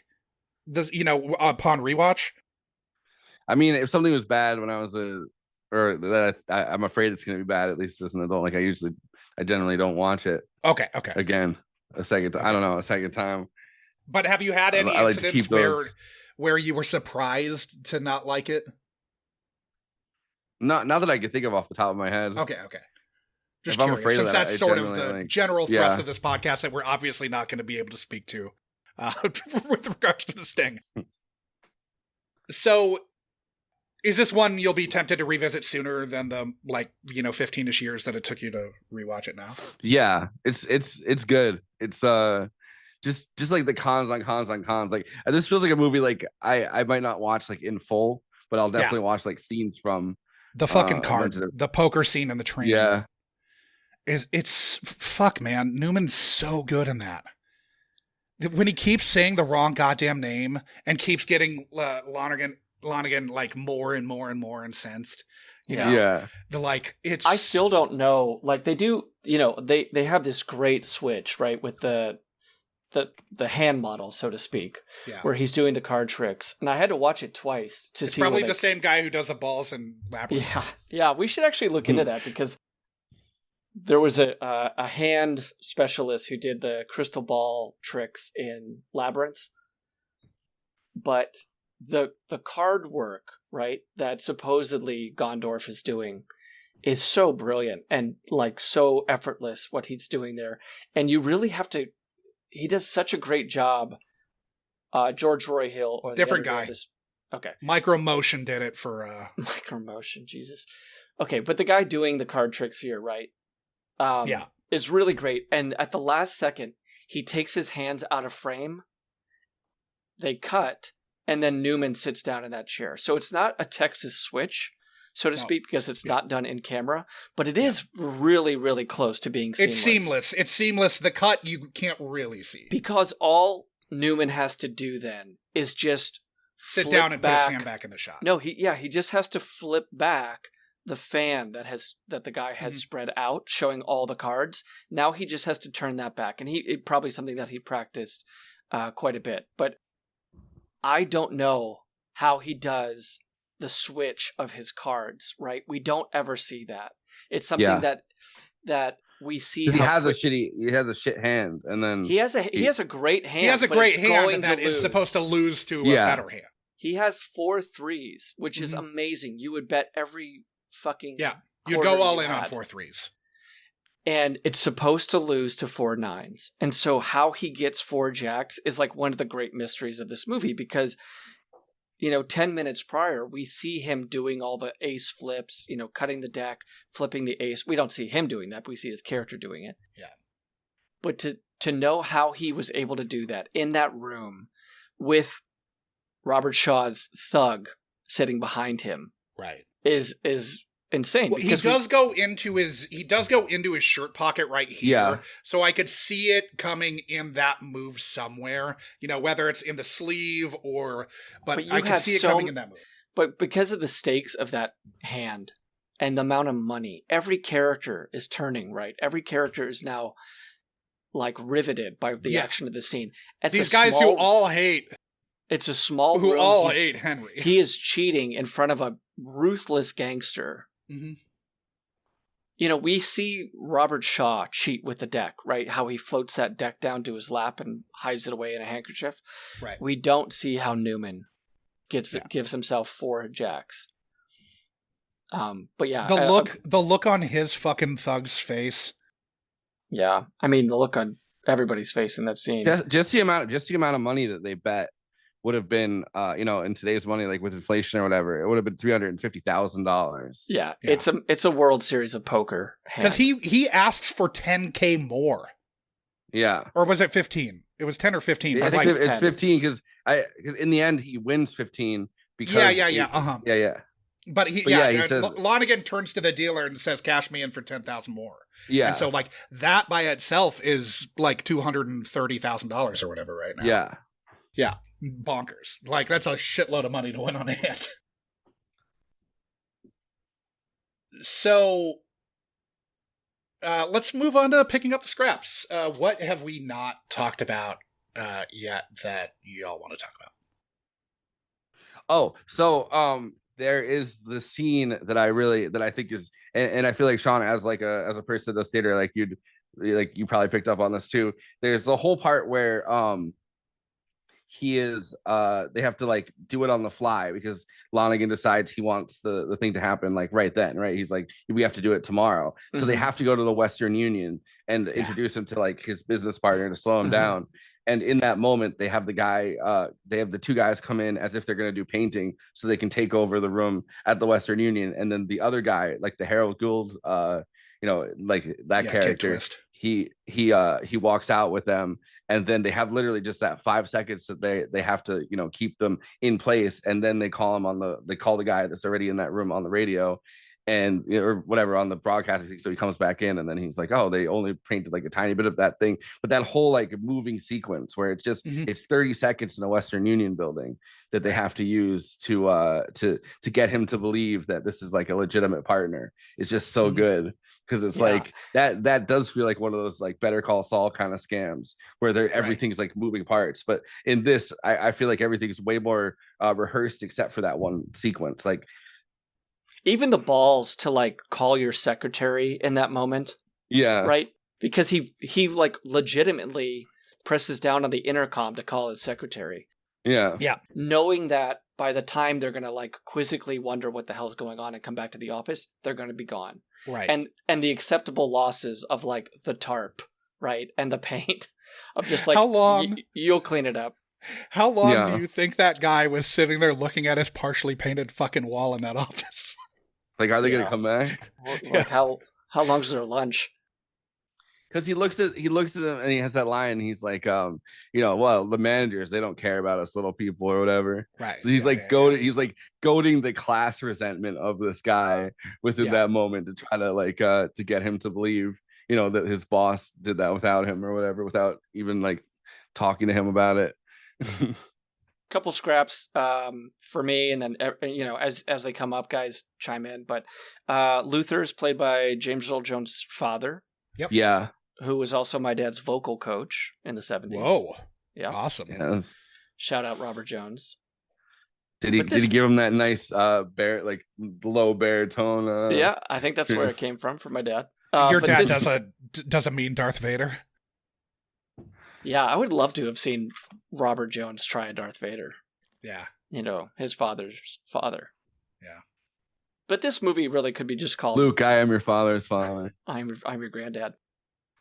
This movie could just be called Redford Sprinting, right? And like we've seen Redford hustle in movies before. I mean, 3 Days of the Condor, as Josh mentioned.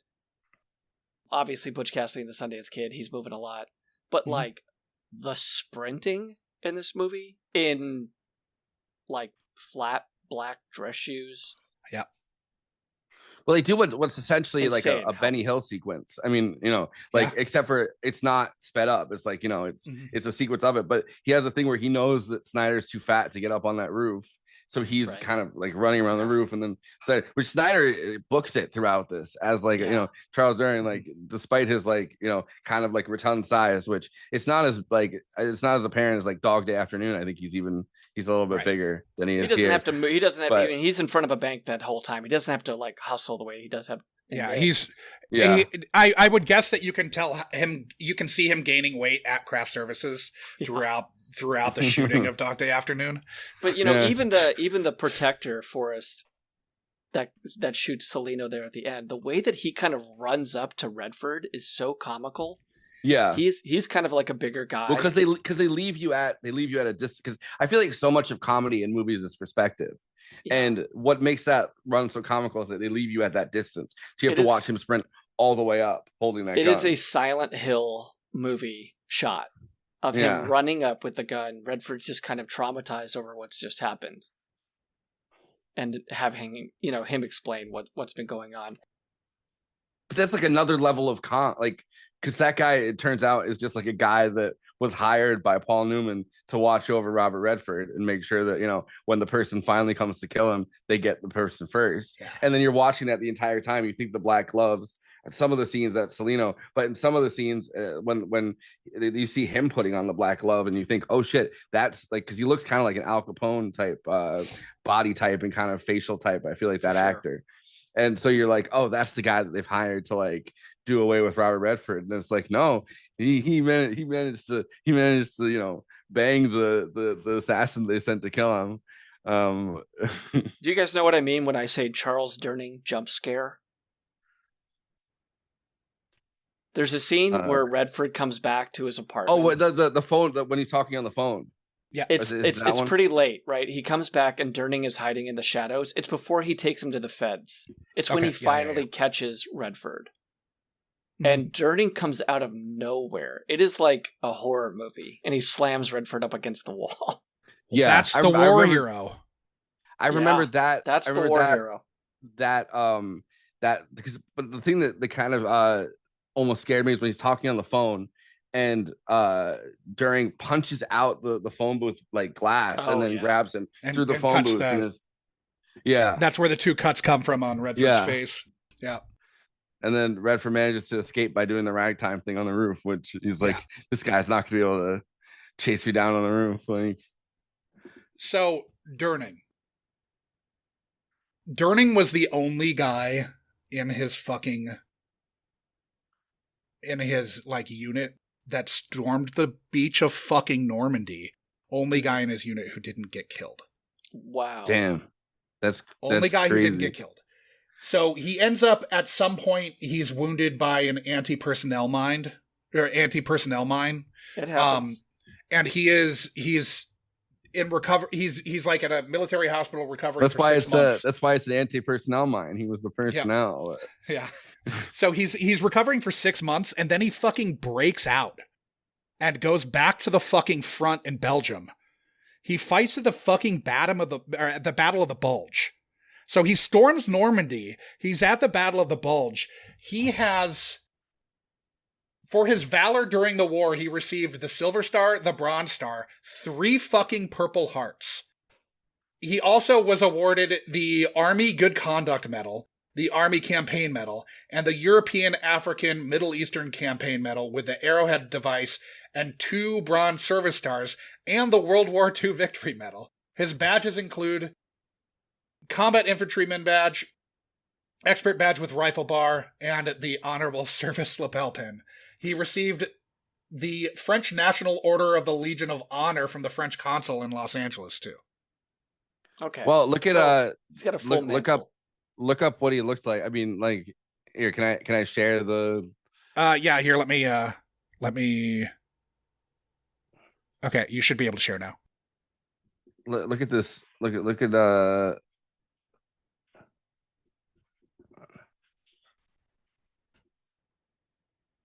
it doesn't show me which screen is which. I think it's this Google Chrome one. Oh no, it's not letting me share my screen. Damn. Well, look up Charles Durning, like look up World War II veteran, like his picture. He's not the same physique or the same like he looks like he's ready for battle. Are you talking about the one where he's kind of like got his arm crossed? Yeah, it's like his war picture that they probably took so that they could send it to his family when inevitably he was like. Yeah, he's wearing like a. I'm going to share it here in a second here. Okay. He's wearing the helmet and everything. I mean, you see it in the nose and those lips. He's got the very famous cleft chin. Yeah. He's got a very serious face. Like he's got like a very just his features, right? Like I don't think like you there's no way. Yeah, that picture. There's no way that guy would like, you know, you'd trust that guy to fucking sell you like a used car or something. You know what I mean? Like there's just something. He looks like a slim guy too. Yeah. Yeah. But I'm saying like just his physique and like the way he looks in movies, right? Like when he has his acting career kind of take off, like he's like the kind of guy that has something sinister about him that like you wouldn't buy a used car off him or anything like that. Like he's both, because he's always I mean, not always, but he often plays a cop, but he's always the kind of cop that like, you know, if he was like, hey buddy, you want to buy this car? You're like, okay, where'd you get this from? Like, let me hear the backstory. Like so locations wise, they shot this mostly on the backlot at Universal. There are a couple of famous places they shot. Yeah, they shot at the Castle Green in Pasadena, which you watch a lot of stuff that shoots in the 30s and is shot there, like or that's going for that vibe. Like the Grifters had scenes that were shot there. Shitloads of movies shot there. It's right by where the Old Town Pasadena train stop is on the Yellow Line. Then it shot the carousel is from the Santa Monica Pier. There's a movie that I'm thinking of, like from the 50s. I feel like that I've seen that shot at Castle Green. I'm trying to think. I mean, it's a very prominent, like, you see things that are going for that 30s vibe, and they so frequently shoot there. Like, I think even the Puppet Master shot there. Well, I should hope so. I think, but anyway, so the carousel is at the Santa Monica. A lonely place is what I was thinking of. Yeah, right. I wonder if that's because there's scenes that look like, yeah. And it would make sense because the rest of that shot like on the Warner Brothers lot, right? The old Warner Brothers lot, I think. Yeah. But so then they did shoot a couple of things in Chicago, but they only shot in Chicago for 3 days. So they shot the Union Station scene where apparently it was like the Beatles had fucking come to town with Newman and Redford at Union Station. But that's supposed to serve as a train station in New York going back to Chicago. It's a great shot, though. It's a great... Right. I mean, the production design of that, you're just not going to be able to get that with a set. No, you can't. And so, yeah, and like when he comes up the stairs, that's at when the guy goes up the stairs to Lonigan's like room, that's at the Castle Green in Pasadena. And then the one elevated line, I've seen two different people say, someone said that was a 43rd Street station, and it looks like it's still Chicago, but I saw someone else say that was a built set, so... It's strange. It is strange. I can't wrap my head around it. It almost looks like an effect, right? Well, because I know they did a lot of, like, scrimmed map paintings and, like, a lot of forced perspective stuff to, like, make it look like it was Chicago. We're talking about, this is a shot, it's on the last day. Redford is sleeping in the bed of Celino. He wakes up kind of late. Celino's gone. But the way that day starts is with kind of an early morning Chicago L shot.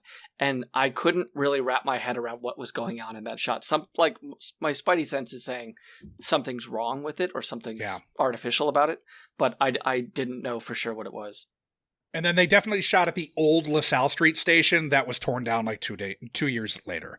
But I know that those are the main off the lot shots. Almost everything was shot on the lot at Universal though. So we talked box office. Oh, this screenplay was sitting in a slush pile at Mike Medavoy's desk in his office before he founded, because he was a co-founder of Orion Films. But Rob Cohen, the director of The Fast and the Furious, Dragon, the Bruce Lee story, Dragonheart, and Triple X, was working as Medavoy's reader at the time. This was when Medavoy was still at International Famous Agency. And Cohen did coverage on this script from the slush pile, and in the coverage said that The Sting was, quote, the great American screenplay and will make an award-winning major cast, major director film. Medavoy then said that he tried to sell it on that recommendation because he was about to go meet with Universal, but that he would fire fucking Cohen if it didn't sell. Based on his, basically, I'm going in with your pitch from your coverage, and if it doesn't sell, you're fucking done. But it did sell, and Cohen has that framed on his fucking wall, his coverage. Does he? But did he get like like he should have had it so that if it does this well, right, he gets a promotion, and if it doesn't do, I assume he got a promotion because he's a director. You know, he directs his first film in like 1980, so. It took like 6 years, but he did get to direct something fairly quickly after that, especially having just been working on someone's desk. So David S. Ward is the credited screenwriter here. He clearly looked to David Moore's 1940 nonfiction book, The Big Con, as multiple character names, were basically nods to real-life characters from that fucking book. I don't know how he got Best Original Screenplay, because this was weird.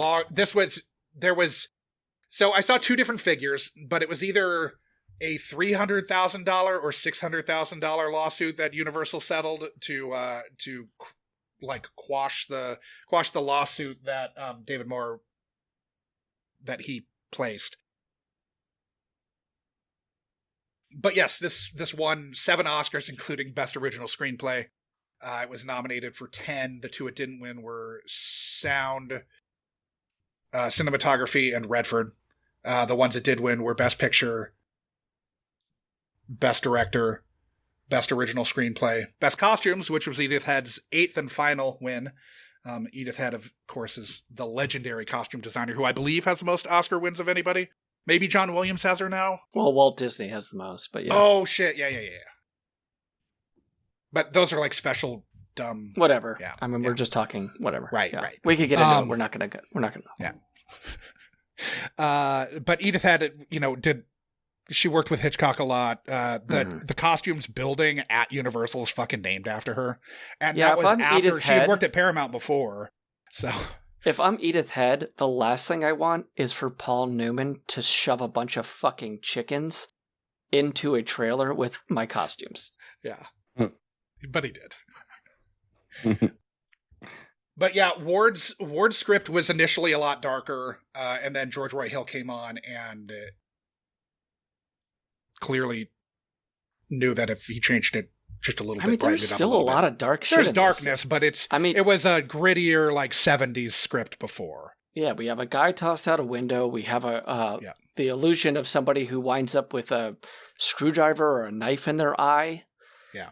I like how they talked about that numbers runner at the beginning. Like, we found him drunk in a dive. I'm like, yeah, like that's his last, like he's going out. He knows that he can't run.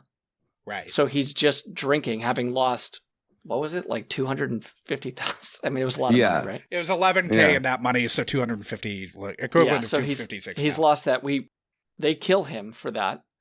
Yeah. And then, well, because Long has the entire thing where he's obsessed, like image obsessed in a way that, like, even back then, right? Like, I don't even know if like the gangsters back then were as image obsessed, being like, look, my friends from when I was a kid would cut my throat, like, if we let this guy get away. Apparently one of the things during principal photography is that they didn't use that many, like, ironically, considering how many people are just kind of in the space that they had to actually use, right? They talked about how, like, watching 1930s movies, like James Cagney movies, George Roy Hill was talking about how they don't actually have like a lot of extras that they would use at the time. So he was like, apart from those giant scenes, they didn't use extras, which kind of feels like cheating in a way to like even say that, because it's like there's 200 people in that room. Well, it does feel like cheating in a way too, because like that's an enormous, I mean, not an enormous, Josh probably knows about this having worked in production, but like having to not worry about a fuck ton of extras as you fill up Chicago. Yep. Like, what an enormous time save that would be. What an enormous cost cutting measure that I was takes. watching Strange Days like maybe a month ago, and just thinking about the extras had me like thinking, like, had me sort of panicking. Yeah, I've had to be the background wrangler on sets before. And that's like not even like having to manufacture hundreds of period piece costumes. If they really had to fill, I mean, it's funny because when we see some of the diner have activity, right? That's like, maybe the burlesque show is like the only time where we're kind of getting some the platform at 43rd Street, the train station, the train station is not that populated though. It's mostly nothing is really that populated, right? Nothing would be as populated as it would be in Chicago in the 30s, even with the the Depression on. Mm-hmm. No, my grandma was in Chicago in the 30s.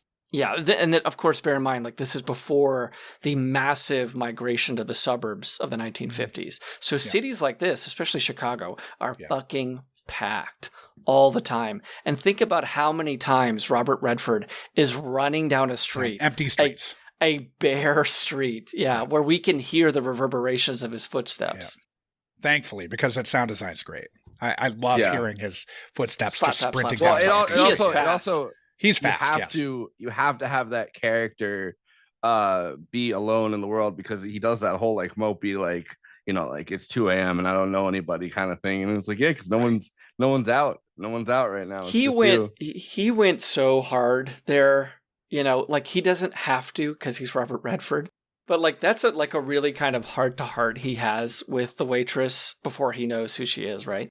Right. But like even the most like frigid, tired, exasperated waitress is going to let a person who doesn't even look like Robert Redford into their room because of like the connection he has at that moment, right?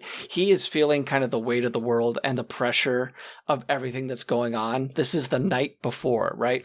Newman sits in bed with a cigarette, kind of staring off into space. Redford needs to be with someone, right? He needs to just have company. He needs to feel isn't Newman in bed with Elaine Brennan's character? Yeah. We should mention, we just saw fucking last week in Clue. Or 2 weeks ago in Clue. And we should bring up in this, she doesn't have much to do. Right. Durning accidentally spills a beer on her hand. Right. But she doesn't have much to do in this movie. But yeah, she has, we see the relationship as these kind of. Well, if she had more to do than just those scenes, also you'd have to find out more about her, and then you'd have to find out like she's running her own at this. Yeah. Yeah. Yeah.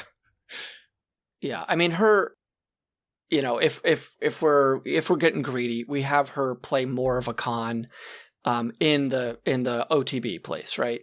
Yeah. Rather than just kind of this floater. Right. Yeah.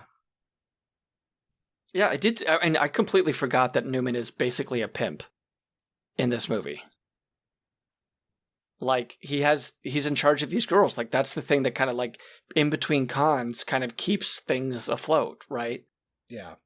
I thought it was a great touch that they ask to turn the merry-go-round on. Like, the girls had a hard night or whatever it was. Or slow night. It's a slow night. It's a slow night. Yeah. Can we turn on? We're going to go down and turn on the merry-go-round. Yeah. Because if no matter how hard life is, who doesn't want to take a couple spins on a merry-go-round? Josh, you only see that one part where like Snyder or whatever tries to get into where the girls are and is like, let me see what's going on back there. Like that's the big part where you really get to see what I love that scene. She's great in that scene. And he dumps the beer on her hands, like, which was an accident. It doesn't look that was an accident. That wasn't written. He didn't mean to do that. And then they're like, it kind of works. We're just going to fucking use it. It looks very intentional how he does it. It looks intentional, but it was not. Durning did not mean to. Like he basically lost control of the beer in his hand and spilled it on her hand. Well, it's a nice the way he does it too. Looks sinister. Yeah. It looks like it looks like its own. Yeah. And it's also kind of showing you that, like, that's not one of his vices. Like, he doesn't want a free drink. He's not going to be tricked here. He wants... Yeah. He's just cold-blooded about finding Redford and getting his money. Yeah. You were about to say something, right, Forrest? No, I was just saying, like, It seems like it's just a sinister... It's like a way that he is able to, without using violence against a woman in that scene, right? Like he's able to show, like, I can do whatever the fuck I want. There was something else. Oh, this is also one for editing and score. I left those two off. I got sidetracked with Edith Head. Oh, Robert Shaw, the limp, real. Yeah, I read that. Yeah, he injured himself. He was playing handball on a wet court and fucking blew out his knee. And so he was wearing a knee brace under those pants. I want to know what this guy's like. Because there's all the stories about Jaws. He would just go on benders and he would disappear. Well, he dies in 78. So yeah. But by the point of Jaws, he would go on benders and he would skip the border for whatever reason. Yeah. He would end up in Canada. And because they're filming in Nantucket or whatever. They're filming so like they're filming in that whole area, so he would just skip the border and he would end up on a bender in like Canada, and then have to go all the way up to Canada and bring him back every single time. And it's like that guy's life has to be like pretty crazy. And like, he seemed like a maniac. I mean, yeah, he's terrific, and he's terrific in this. He's the way that we kind of get introduced to him, I thought was so, so like fitting. We just see this like shadowy figure playing cards with one other, just one other person. He's off to this special room. There's no company there. We hear that he has like no vices, right? He's an Irishman who doesn't drink, smoke, or go after dames. But the first time that we see him, he's basically giving an order to have people killed, right? Yeah. Mm-hmm. He's great in this, and it's sad what kind of the trajectory of his life, because you think about anybody who dies early, how many projects he could have given us, what he would have been like through the 80s, what his later in life career would have looked like, how many great roles he could have taken on, and also to know like this was not a secret that Robert Shaw was a liability. Right. And that it could completely fuck up a production for a couple days because he was hungover or on a bender or whatever. Well, he and Hill went on a bender in Ireland. Yeah. And Hill was just like, Jesus Christ. Hill basically couldn't keep up. But like to know that is like an open secret and still work with him and still bring it was like in. Every guy coming from the Isles, every male actor at that time seemed like that was them. Be it Oliver Reed or fucking Richard Burton, whoever, Peter O'Toole, like all of them seemed to be like epic drunks. Yeah. And to know that they were still getting work, like they hadn't been blacklisted, just shows you how talented they were. Like it was worth. Well, all right. So I guess part of the story with his famous benders is that his wife died 2 years after this. So his wife died in 1975. So like the one of the few things that were kind of tethering him, so that things weren't as bad, or whether it's The Sting or whether it's like, other movies before this, like one of the few things tethering him down to earth and like not letting him become like this insane person was just stripped away from him as Jaws was being filmed. Right. I've got one more thing to add. So she says Man of War threw a kid. Yeah, I made that note, Josh. Okay. So Man of War was thought of as one of the greatest racehorses in history. His owner, because of his age and like he didn't want him to like race too hard before X age, didn't have Man of War race at the Kentucky Derby. And this is sort of this is 1919, 1920. So this is before the Triple Crown was an official thing. So he didn't run the Derby. But Man of War went 21-0, losing only at Saratoga. He won the Preakness and the Belmont. He sired War Admiral. Mm-hmm. War Admiral being a Triple Crown winner. And was grandsire to fucking Seabiscuit. Yeah. Damn. What a pedigree. Yes. What a fucking pedigree. But just as a side note, I knew that Josh, if he needed a saving grace, was going to have the line about how a faulty merry-go-round resulted in a child tossed on his head. Yes. Yes. This is back before you could sue anybody for malpractice of a merry-go-round. That's what you get for getting on a merry-go-round, kid. Or especially Man of War. Yeah. Man of War is going to do what Man of War wants to. So an editorial on his death in the New York Times said, "No other horse has ever won such fame. None was more beautiful, with lovelier lines of grace and power. None was more beloved by an admiring and faithful public. Few have lived so long. The American scene seems a little vacant with Man of War gone to the Elysian fields where all the good horses go." Man of War was in, I believe, 1920. It was the Time Sportsman of the Year alongside Babe Ruth. So there's that. But yeah, Man of War, fast horse. What a stud. What a stud. And he got to go to stud pretty quickly. Ran those 21 races, lost the last race of his first season racing, and then won every single race he was entered in his age 3 year.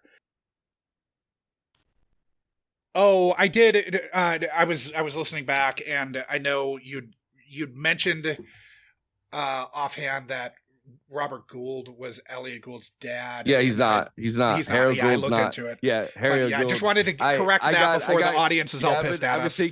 I've been thinking about that ever since that moment. But Harold I didn't Gould think not about Harold it, Gould, and then no. I looked it up Yeah. just to double check, because I fact check everything, and it was like, oh, I mean, I could see where the only reason I even checked was because I had done a dive on Elliot Gould for fucking Munch My Benson. That's the only reason I was like, I didn't remember his dad being an actor. I thought his dad was like a normie, but his dad is. But Robert Gould is fucking great in this.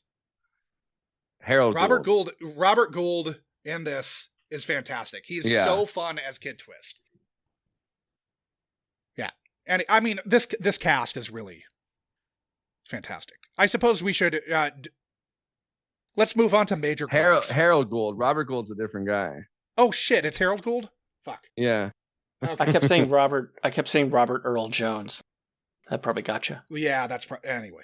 Yeah, Harold Gould, my bad. Gripes. Yeah, gripes. Do we have any? Starting with Forrest, if you have one, what's your biggest gripe of the film this go around? No, I don't really have any gripes with this film. I think it's good. Okay. Sean, do you have any? Yeah, I mean, I think the thing about watching this, now, present day, there's two things that happens. One is I see the warts more clearly than I would have, as a college kid. And I also see the little touches that this movie does so well that, again, I probably would have been completely unaware of watching it for the first time. But, there are some weird issues. Calling Robert Redford kid, he's pushing 37, 38 at this point. I don't think that's I don't know. The people were just a kid back then. Kid, right? If you're older than originally the character was supposed to be 19. Yeah, and I think that might have been a remnant of a script, right? Yeah, that just calling this guy 30. I mean, Newman's pushing. He's Newman's 40, 9 years older than Redford is. So let's say he's 48 or 49 in this. That's not really, kind of the broken down old man coming back for one more. I think that if you were to go by the script or go by the book, that there would probably be a bigger disparity in age, and that Johnny Hooker would be more of an idealist, bright, bushy-tailed young kid who needs to learn the ropes. Because I think by the time you're 37, 38, and you've been in this game, that you're not a kid anymore, right? And you don't need the tutelage of a guy who's 9 years older than you, having been trained, presumably by Robert Earl Jones, this older guy. I think it's more just confusing and less of kind of a tip of the cap for Newman to use the name Shaw in a scene with Robert Shaw. Yeah. And have to go the entire time playing a character named Shaw, especially because how I talk about movies, I almost very rarely, and if you listen to this podcast, you'll know that Josh and I, we don't really talk about character names. I mean, this is rare that we're talking about Johnny Hooker, but that's probably because we both like hookers. I think for the most part, though, we always talk about character names. And so for a movie like this... Or actor names. Actor names, right. Yeah. Having a character named Shaw, I guess it's kind of their way of winking at the audience a little bit.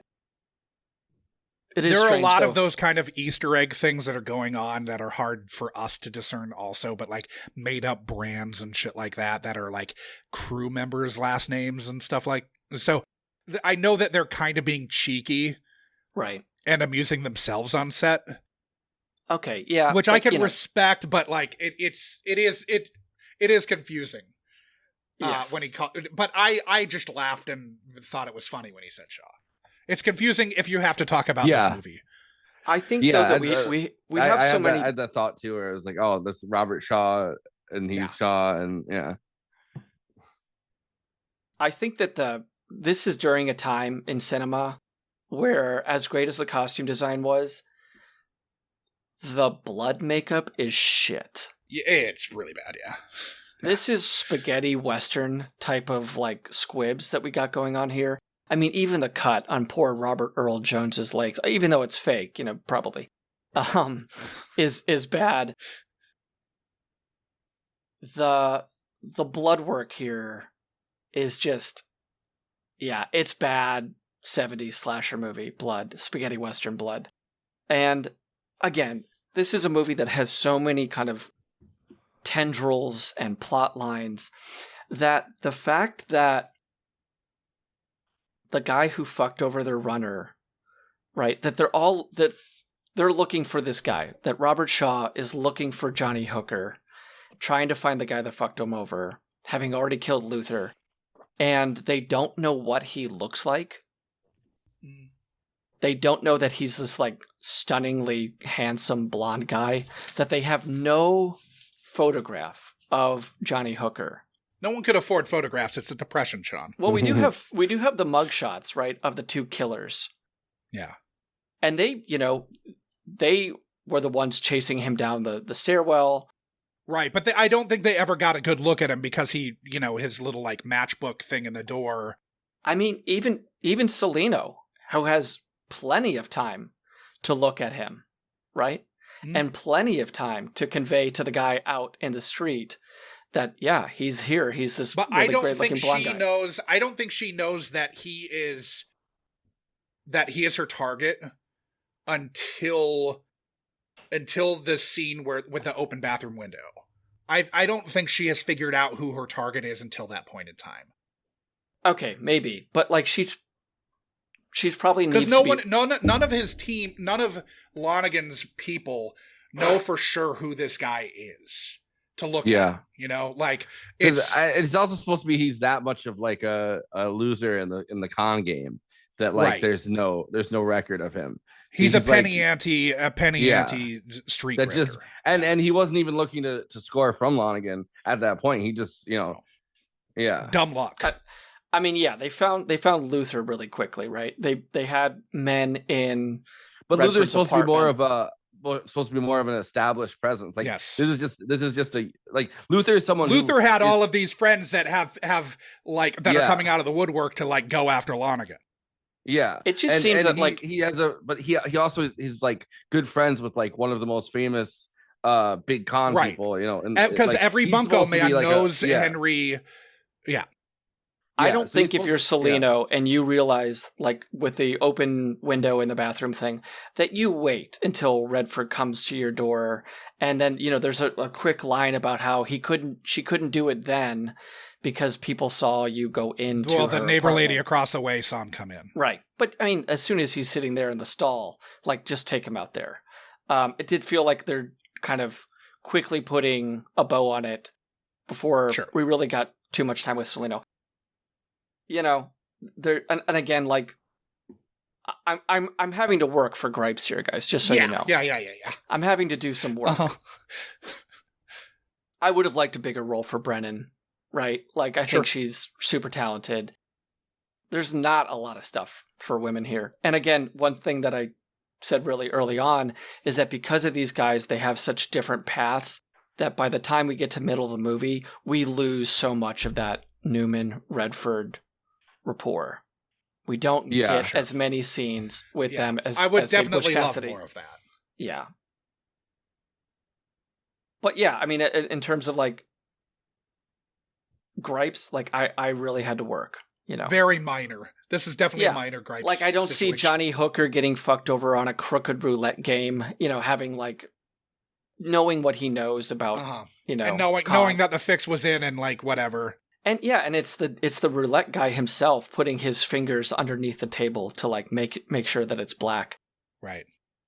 Yeah, but the thing with that is I assumed either I guess this is an assumption on my part, either he kind of owed something to the roulette guy because it seems like they have some kind of relationship, or it seems like that's the only thing he could think to do. He's that much of like a single-minded kind of like loser, small time grifter that the one thing he could think to do with that amount of money to impress the girl is like, I'm gonna put it on all on black.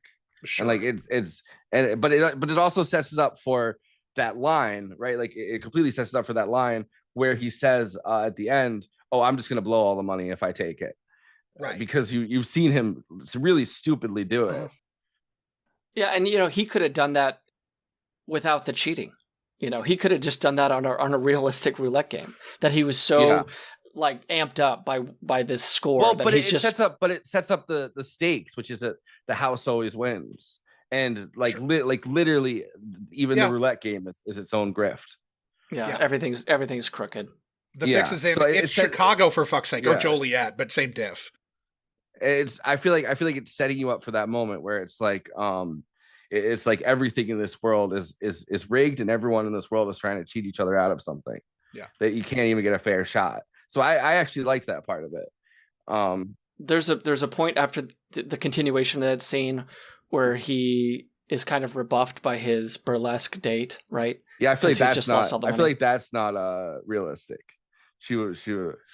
Well, yeah, and he does this thing where he like tosses the champagne bottle. That's my big gripe. Like, this is the depression. You wouldn't get rid of that alcohol. Well, what you do, like, if he's so affected by that the way that they shot that scene, we have like 3 hobos on a stairwell right there. They should be running for that. Running over. I'm like almost convinced that they did shoot it that way and that it was just clipped. Right. Or have him give the exactly. Have him give it to the hobos. That would have been a baller move. Yeah, because in that moment, right? Because I think that when he throws it out, it's like he only cares about the alcohol if he's going to get laid based off of it, right? Right. But you have the thing where trash the flowers. Yeah, and you give and you take the champagne. But you give it to the hobos, and then it shows like he's also got this in the same way that he has the connection to Luther, where it's like they share everything, and they're kind of have this he has he has genuine affection for Luther's family, and they live kind of in the slums. Like you kind of have him as like a figure that gives to like the less fortunate, or like is feels himself in the act of giving to the less fortunate, rather than just trashing the champagne.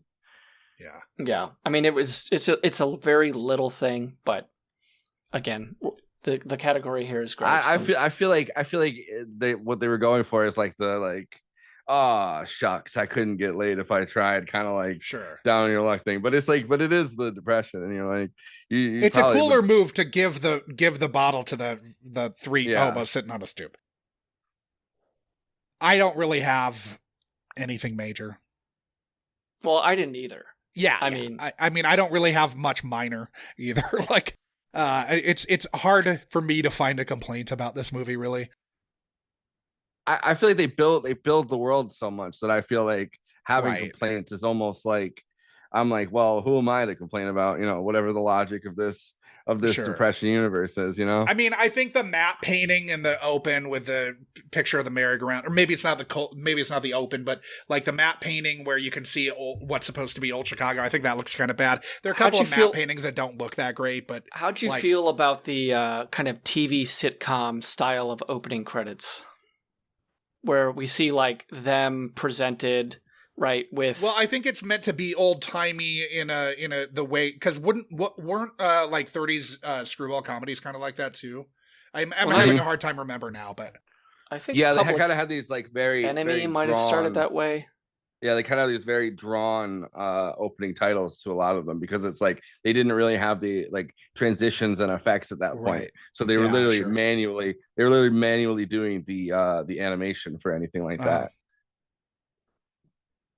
I'm just trying to think. It feels like there was like a Howard Hawks movie or something that I can't remember that did that, but I didn't have a problem with it. It plays a little weird, and some of the transitions, like some of the wipes, are a little weird to me. Yeah, but like that's such minor shit, Yeah. How would we fix this movie if we were making it today? I mean, you might want to do something where it's not just like the old black guy that gets killed off, like you might maybe he like lives that, and it's the kid that dies. Or just like at least you have to do some kind of wink to it, where it's like we know it's always like the old black guy that gets killed off. He's like the expendable character. Like I feel like that's one way of fixing it. I do feel like you guys are right about giving like the Salino character more of a role in a movie today, and giving his Paul Newman's like live-in partner that's like kind of the madam of the house or whatever, like giving her more of the women role would have in more that. to do now. Yeah, The wouldn't movie be might pass the afterthoughts. Bechdel test, right? Potentially. If you did it today. Potentially. rock movie. Like, you got to give the women more of a role, but it's like it feels very quintessentially like they're doing the dudes rock. Like, you know, they're so focused on that part of it where it's like you're getting all these men in there to do all the, like, you know, all their grifting. Yeah. I think if you did it today, I think you would maybe align more with kind of the original concept, and that just means getting a younger Johnny and maybe an older Gondorf. Sure. Yeah. You know, and again, the casting of that, I mean, they obviously failed doing a sequel to this movie. Big time. You know, this was a Jackie Gleason bomb that they tried to do The Sting 2. This is not an endorsement to go out and watch that, but to remake The Sting, you know, I just don't think that you have the two actors. We talked about kind of the proxies for these guys today, and that's really a strain to come up with anybody close. We mentioned Clooney and Pitt, right? But like, even them together, they don't really, I don't know, there's nothing close to Newman Redford. No. You'd have to make the casting of Gondorf and Hooker so like unavoidably brilliant and uncontestably brilliant that people would be like, oh, okay, well, I can see that with these two guys. It's just the shoes that you have to fill with these two. I don't know who could do it. I don't know who could do it. Yeah. I feel like pre cancellation, I could see them going in a very different direction, doing like a Seth Rogen, James Franco kind of thing, where they make this movie more comical than it is. Sure. I probably wouldn't be good, but like, I mean, you could even, you know, you could even do like a gender reverse. You could have two women at the you know, pinnacle of this thing. Might be easier to cast in a weird way. Honestly, it probably would be easier to cast that way.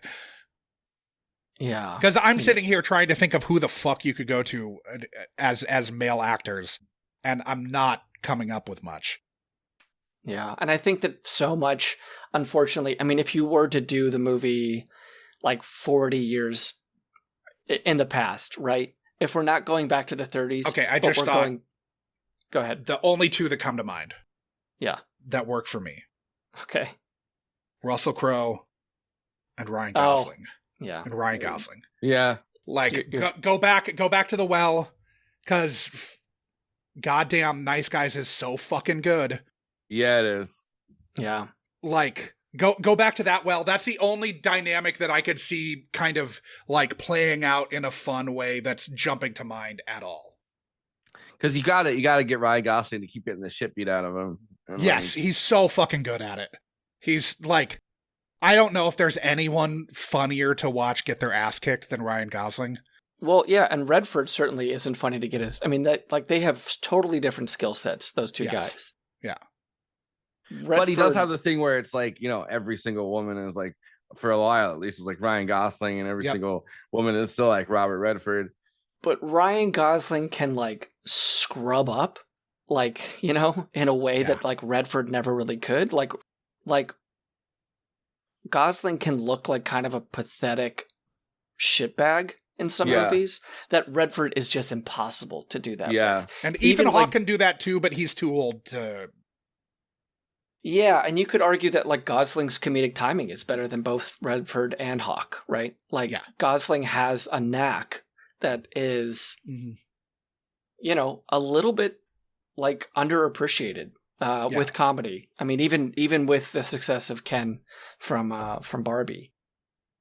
But yeah, I mean, it's the question is whether, you know, the question isn't why you remake this movie. We put people in a tough spot on this show because that's what we do. It's like if hypothetically we had to remake this, we had to do it, right? Usually it's, we can remake a bad movie and somehow make it better. And we can fix it. In this case, the task is a much bigger ask.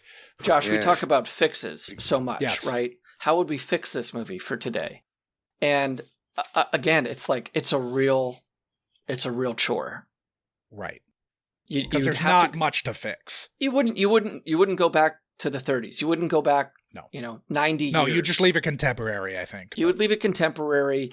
So much of the movie, unfortunately, would be mired in like computer conning, right, and which is like not accounts, and like having so much of the movie done with coding and the jargon is just updated for this fucking century in a not fun way. We're in the 1930s. They don't know what a computer is. All the cons have to be practical and analog, and it makes it so much more fun.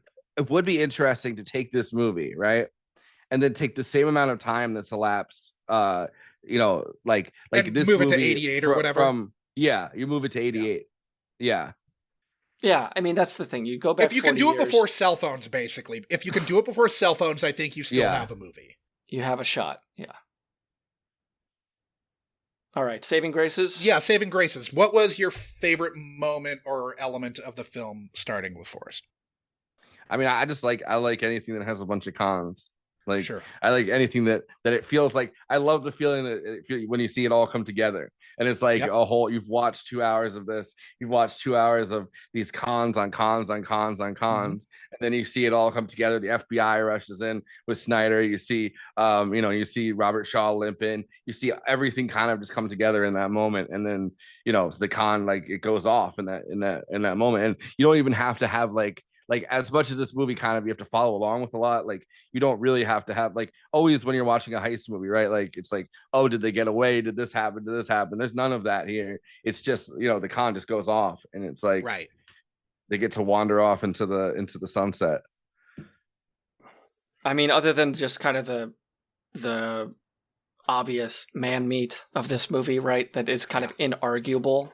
Yes. Having Robert Redford and Paul Newman in a movie, right? It only happened 2 times ever. And both those movies are phenomenal watches. Again, I go back to the first thing that I kind of said with the shot of those 2 guys in a tuxedo in 1930s style, looking at one another, knowing that this moment is going to make or break them, right? Mm-hmm. It's just a phenomenal little sequence of 5 or 6 seconds of celluloid that is going to show up for centuries, if we live that long, as any type of montage of these 2 actors. We will see that moment of Paul Newman and Redford looking at each other in the betting place. But I think, as I talked about earlier, having noticed the little things this time around, that shows the care that went into this movie. Obviously, the production design of this thing is astounding. You feel like you're in the 1930s. There's little touches when they're on the train, they cut to an exterior and they're kind of going past a shanty town. Mm-hmm. They didn't need to do that. They didn't need to go past a little shanty town with a hobo fire. Right. And they did, right? The train's obviously all a set too, but... Right. But Eileen Brennan walking with her beer bottles back from the room and knocking on the door to say time's up. Yeah. What a little great little moment. Ounce of cinema. Adding some verisimilitude to the whole. And she walks past the door for a second and takes a step back. She doesn't look at her watch. Mm-hmm. She has an inner clock that this John has been with this prostitute for this amount of time. Time's up. What a nice little stroke to give her. And she doesn't have too many of these strokes that they gave her in this movie. But it's a great little touch. I mean, I love the kind of silent assembling of the crew that all Newman has to do is stroke his nose and the banker quits. Right? Yeah. He just turns in his 2 weeks. Not even 2 weeks. Grabs his shit and fucking He spins that this death spot is closed. Yeah. He goes to tell his boss, I'm fucking out of here, because he knows that and even, we get so much more about how terrible Lonergan is from that guy who sets the room up to take a flat rate because he's convinced that who's the mark? Oh, it's Lonergan. I want my money right now. Yeah. I don't want to wait until I see what you make and get a percentage on that, because that is not money that I can count on. No. It's a great way to tell that they're fucking your with audience, somebody who's tell your audience who the stakes, right? And just again, they don't need to give us this, but the look back that Newman gives to the merry-go-round before they embark on this is such a nice little thing. Like, he's just kind of taking a snapshot because he might not see it again. It might go awry, right? But this movie doesn't or they might have to take off again. Like they're not going to be able to stay in the same spot. They might not be able to come back. You're right. But this movie does this really kind of unique job of telling you what's coming and still letting the audience be surprised. Yeah. Every time, it doesn't say, it says the hook. It says like the sting. It says the setup. It says the, whatever. All those chapters are telling us what we're going to see. But even when we see like Robert Redford putting in blood capsules of his mouth, we don't really know what the hell he's doing until he does it, right? Like, how do you do that? How do you show the audience what he's doing and yet still have them be tricked? It's just a really, it shows you the type of craftsmanship that went into this movie. Yeah. I mean, it's akin to The Wire, where it just doesn't fucking slow down for you. It's like, oh no, we'll show it eventually. We'll show what you saw, but you will not know what you just saw for 5 or 10 more minutes. Yeah.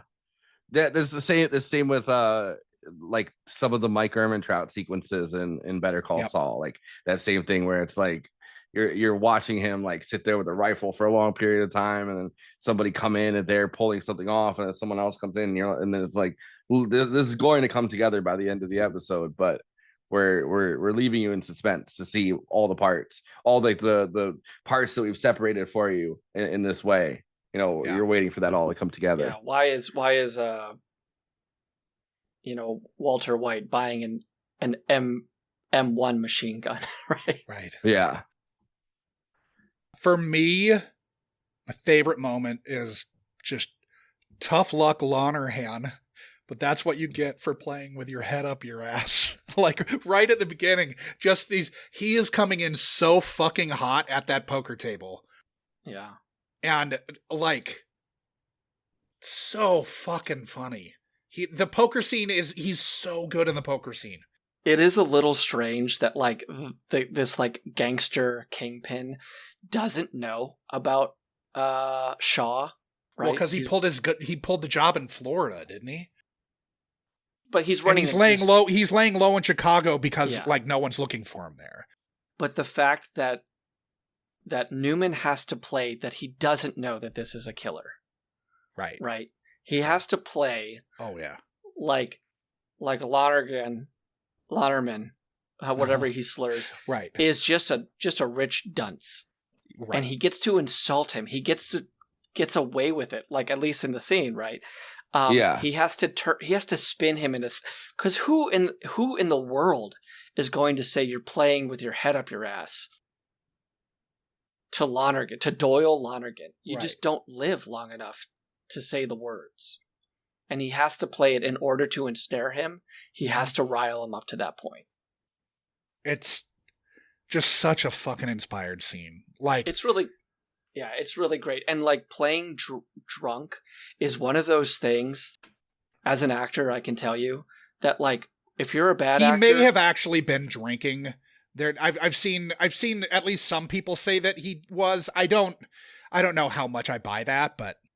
Here are like the two things that I say as an actor are like the hardest to pull off.